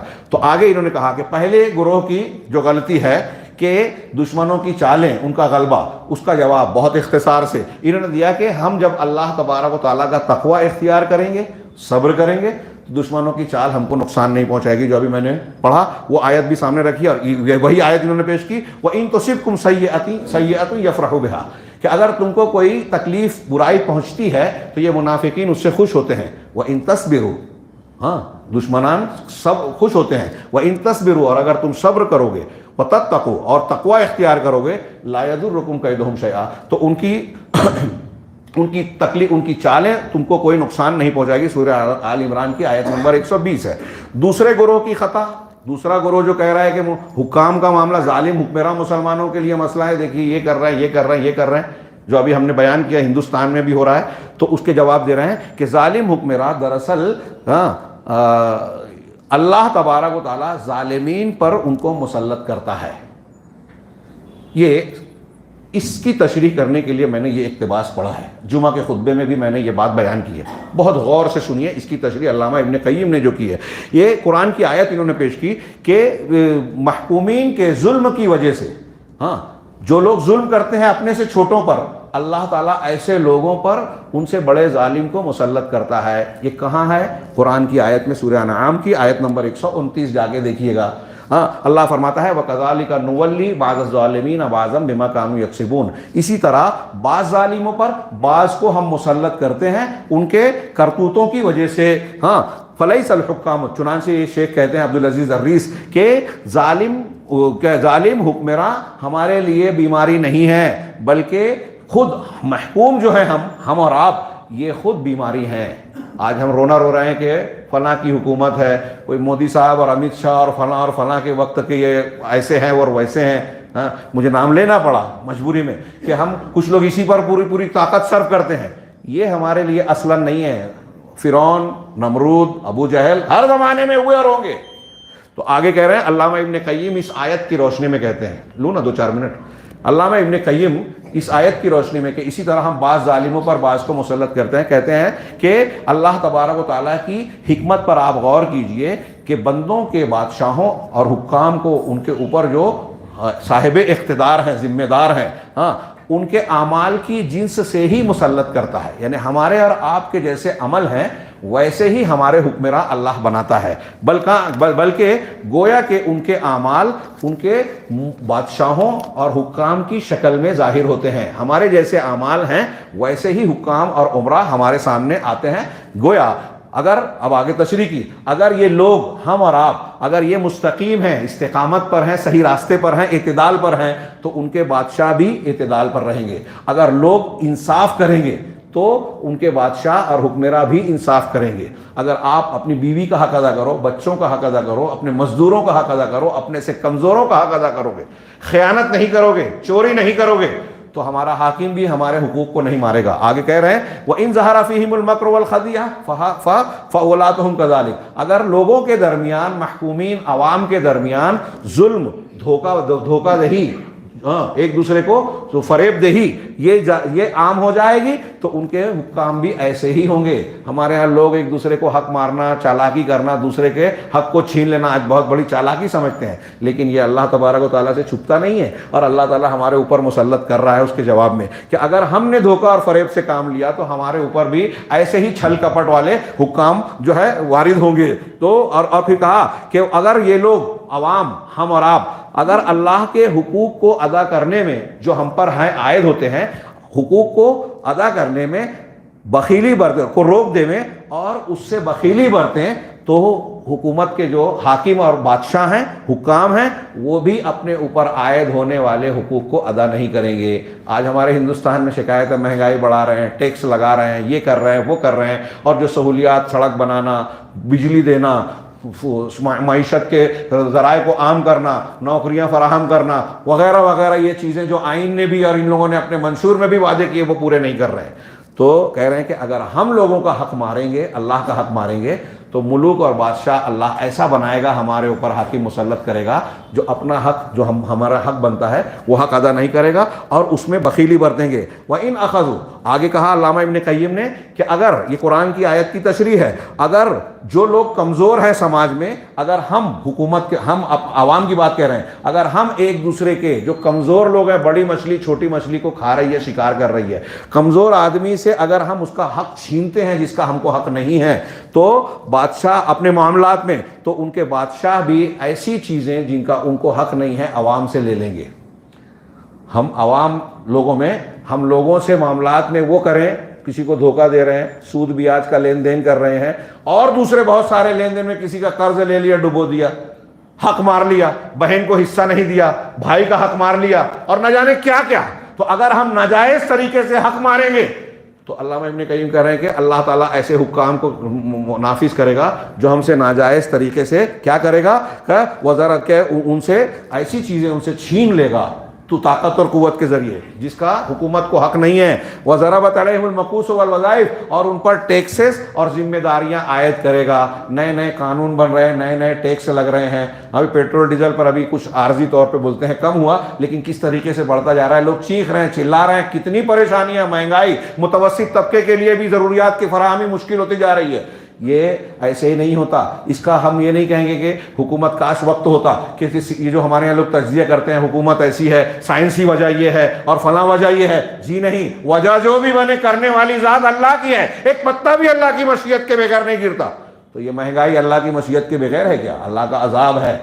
اللہ تعالیٰ علامہ کذالک نولی بعض الظالمین بعضا کی تشریح میں علامہ ابن قیم کہہ رہے ہیں کہ ہم حقوق ماریں گے، کمزوروں سے ظلم کریں گے تو اللہ تعالیٰ ہمارے اوپر ایسے حاکم مقرر کرے گا کہ وہ ہم پر ظلم کریں گے، ٹیکس ناجائز ٹیکس لگائیں گے، ذمہ داریاں ڈالیں گے، ظالمانہ قوانین بنائیں گے. وَكُلُّ مَا يَسْتَخْرِجُونَهُ مِنْهُ مِنَ الضَّعِيفِ، اور ہر وہ چیز جو کسی کمزور سے وہ نکالیں گے، يَسْتَخْرِجُهُ الْمُلُوكُ مِنْهُمْ بِالْقُوَّةِ، تو بادشاہ اور حکام طاقت اور قوت کے ذریعے سے وہ لوگوں سے چھین لیں گے، نکال لیں گے. ایک امیر آدمی بہت طاقتور بن کے کمزوروں کے حقوق کو مارتا ہے، اس کے اوپر حکومت کے قوانین کے ایسے جو ہے ڈنڈے پڑتے ہیں کہ وہ خود اس کو دینے پہ مجبور ہوتا ہے. ہاں اب آگے آخری میں نتیجے کی باتیں، جملے بڑے غور سے سنیے، ایک ایک جملہ بڑا جامع ہے. شیخ کہتے ہیں علامہ ابن قیم رحمہ اللہ، فَعُمَّالُهُمْ ظَهَرَتْ فِي صُوَرِ أَعْمَالِهِمْ، لہذا ان کے عمال ان کے اعمال کی شکل میں، یا ان کے اعمال ان کے عمال کی شکل میں ظاہر ہوتے ہیں.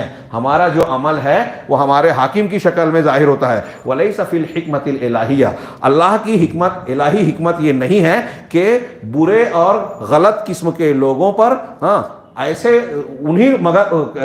ایسے لوگوں کو حکام بنائے جو ان کے جیسے نہ ہوں. یعنی جیسے لوگ ہوں گے، اللہ کی حکمت یہ ہے کہ ویسے ہی لوگوں کو اللہ حاکم بناتا ہے. اگر ہم برے ہیں تو ہمارے حاکم اچھے نہیں ہو سکتے. آگے شیخ نے کہا چونکہ صدر اول صحابہ تابعین طب تابعین کا جو دور تھا وہ پوری امت کی نسلوں میں سب سے بہترین اور سب سے نیک لوگ تھے، اس لیے ان کے ولاد اور ان کے حکام بھی ویسے ہی نیک، منصف، انصاف کرنے والے تھے. چنانچہ جب لوگ بگڑتے گئے تو حالات بھی، حکام بھی بگڑتے گئے. چنانچہ کہہ رہے ہیں کہ اللہ تبارک و تعالیٰ کی حکمت اس بات سے انکار کر رہی ہے کہ ہمارے جیسے زمانے میں، یہ کون کہہ رہا ہے؟ علامہ ابن قیم. کس زمانے میں کہہ رہے ہیں؟ 7ویں 8ویں صدی ہجری میں. اس زمانے کے بارے میں کہہ رہے ہیں کہ آج کے جو زمانے میں بگاڑ ہے، خرابیاں ہیں، مسلمان جو دین سے دور ہو چکے ہیں، اب ہم جب برائی کے شکار ہیں تو اللہ کی حکمت اس بات کو قبول نہیں کرتی کہ ہمارے اوپر حضرت امیر معاویہ رضی اللہ تعالیٰ عنہ اور عمر بن عبد العزیز رحمہ اللہ جیسے لوگ حاکم بنے، چھ جائے کہ ابو بکر صدیق اور عمر جیسے بنے. حضرت علامہ ابن قیم کہہ رہے ہیں کہ ہمارے زمانے میں، ان کے زمانے میں آج ہوتے تو کیا کہتے ہیں؟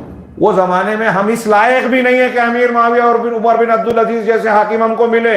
ابو بکر صدیق اور عمر فاروق تو اور زیادہ اونچی بات ہے. یہ کوئی برے نہیں تھے عمر بن معاویہ اور عمر بن عبد العزیز، ہمارا آپ جانتے ہیں، لیکن ان کا درجہ شیخین سے ابو بکر صدیق عمر فاروق رضی اللہ عنہ سے کم ہے.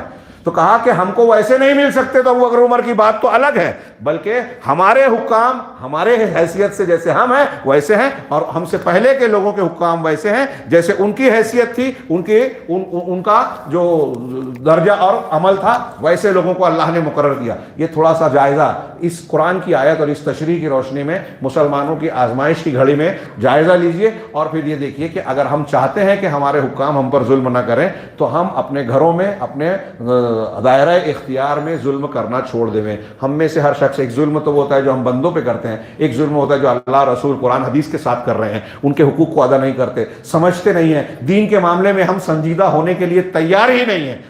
تو اگر ہم دین کے ساتھ ظلم کر رہے ہیں، قرآن کے ساتھ ظلم کر رہے ہیں، رسول کے ساتھ ظلم کر رہے ہیں، رسول کا حق دوسرے اماموں، بزرگوں، فلاں کو دے رہے ہیں، اور اگر لوگوں کے حق مار رہے ہیں تو ہم پر بھی ویسے ہی حکام نافذ ہوں گے. یہ دوسری بات کہا انہوں نے کہ اللہ تبارک و تعالیٰ کی حکمت اور اس کا تقاضا یہی ہے. آخری بات جو انہوں نے کہی کہ تیسرے گروہ کی جو خطا ہے وہ یہ ہے کہ وہ لوگوں کی بھیڑ جمع ہو جائے. آج کہتے ہیں نا کہ سب اکٹھا ہو جاؤ، ارے اس پہ مت لڑو. ہمارے جماعت اسلامی والے یہ کہتے ہیں فاتحہ پڑھو کہ نہ پڑھو، میلاد پڑھو کہ نہ کرو. دوسرے لفظوں میں اس میں ایک جوڑ دوں، اور یہ ان کو برا لگے گا لیکن صحیح ہے کہ شرک کرو کہ نہ کرو ایک ہو جاؤ، بدعت کرو کہ نہ کرو ایک ہو جاؤ.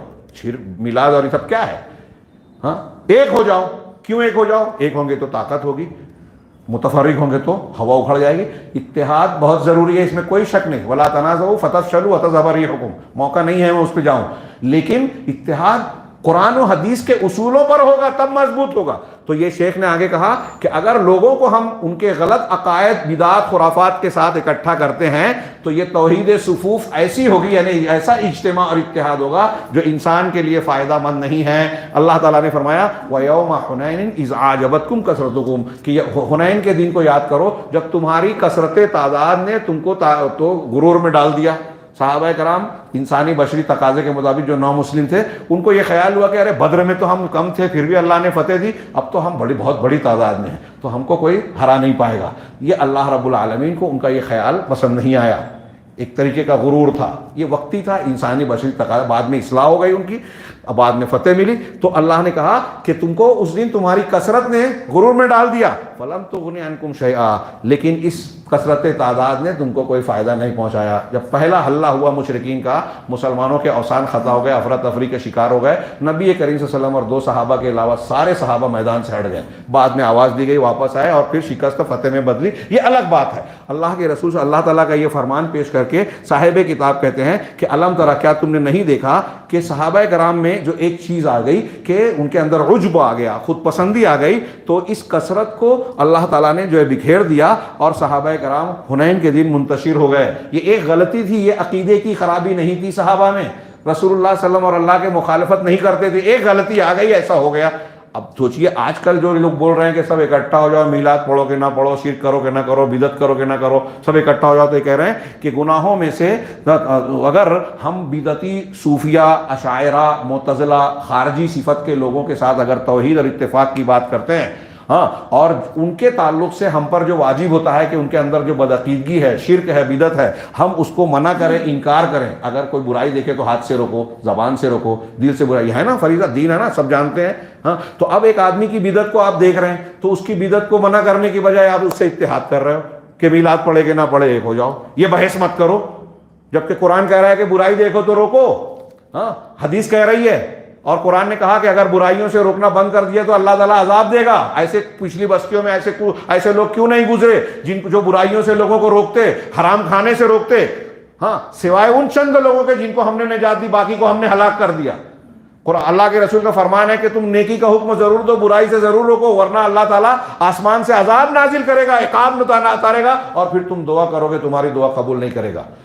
اگر برائیوں سے روکنا بند کر دیا جائے سماج میں تو دعائیں قبول نہیں ہوتی. آج اسی حالت میں ہم جی رہے ہیں.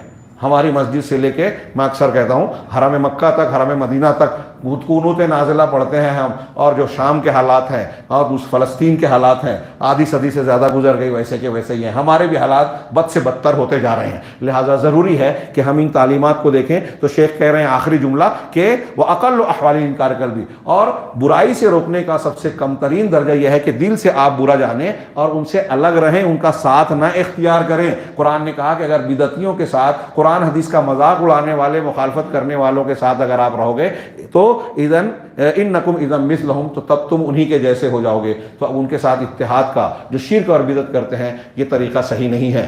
ہاں، آج جمہوری جیسے ملکوں میں ہم علی الاقل مجبوری کے تحت کہیں کہیں کچھ کرتے ہیں، دکھاوا کرتے ہیں، لیکن یہ دینی طور سے، شرعی اعتبار سے جو ہے یہ اتحاد نہیں ہے. شیخ نے یہاں کہا کہ یہیں سے ہم کو اس قول کا بکواس ہونا، پھسپھسا اور غلط ہونا ثابت ہوتا ہے جو اخوان المسلمین کے پہلے مؤسس نے، اخوان المسلمین اور اس فکر کے حامی یہاں جماعت اسلامی ہے، اور وہ لوگ بھی اسی طرح کی بات کرتے ہیں. وہ اکثر دہراتے رہتے ہیں. شیخ حسن البنا رحمہ اللہ کہتے تھے کہ نتعاون فیما اتفقنا علیہ، کہ جس چیز پر ہم متفق ہیں اس میں ایک دوسرے کی مدد کریں گے. وَيَعْذُرُ بَعْضُنَا بَعْضًا بِمَا اخْتَلَفْنَا فِيهِ، اور جس میں ہمارا اختلاف ہے اس میں ایک دوسرے کے لیے ہم عذر تلاش کریں گے.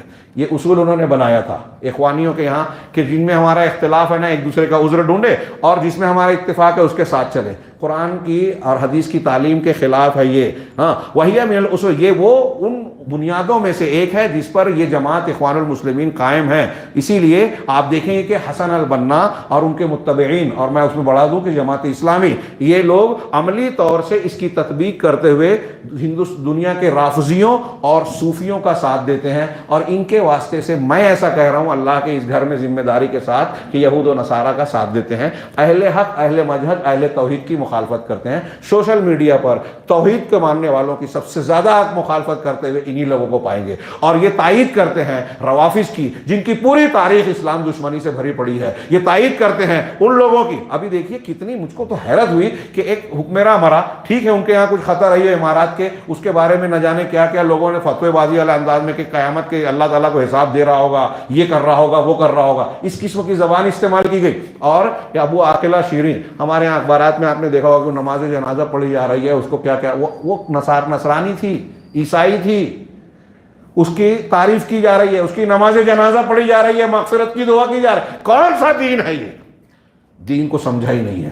بہرحال کافی وقت ہوا، مضمون ادھورا ہی صحیح، لیکن ہم اگر نتیجے کے طور پر یہ جان لیں کہ اگر ہم مسلمانوں کو آزمائش کے حالات میں اسلام کا، خاص طور سے آپ سورہ عصر کو سامنے رکھیں، یہ جو میں نے آیتیں پڑھی، اس طرح کی آیتیں اور مضامین قرآن میں جا بجا ہے۔ کیا کرنا ہے؟ علم، صحیح ایمان، علم سے جڑا ہوا ہے، صحیح ایمان حاصل کریں، عمل صالح اختیار کریں۔ عمل صالح اور ایمان کو ہم یوں کہہ لیں کہ عقائد صحیح کریں، پھر اعمال صحیح کریں، ہو گیا، ختم ہو گیا، اعمال صحیح کریں، اور اس کے بعد جو ہے اصلاح کا جو حق ہے، شریعت کے اصولوں اور اس کے دائرے میں رہتے ہوئے اصلاح کا حق انجام دیں، یہی ہمارا حق ہے۔ اور اگر یہ کریں گے تو میں علی وجہ البصیرہ یہ یقین رکھتا ہوں کہ اللہ کی مدد آئے گی، اور جب اللہ کی مدد آئے گی کہ دنیا کا کوئی وقت کا کتنا بڑا بھی فرعون ہو، سپر پاور ہو، مسلمانوں کا بال بیکا نہیں کر پائے گی۔ اللہ تعالیٰ سے دعا ہے کہ وہ ہمیں صحیح دین کو سمجھنے اور اسے اختیار کرنے کی توفیق عطا فرمائے، اور اس کی برکت سے دنیا کے فتنوں اور ہر قسم کے مخالف منصوبوں سے مسلمانوں کو محفوظ رکھے، اور آخرت میں بھی ہر قسم کے عذاب سے محفوظ رکھے۔ وآخر دعوانا الحمد للہ رب العالمین، وصلی اللہ علی نبینا محمد۔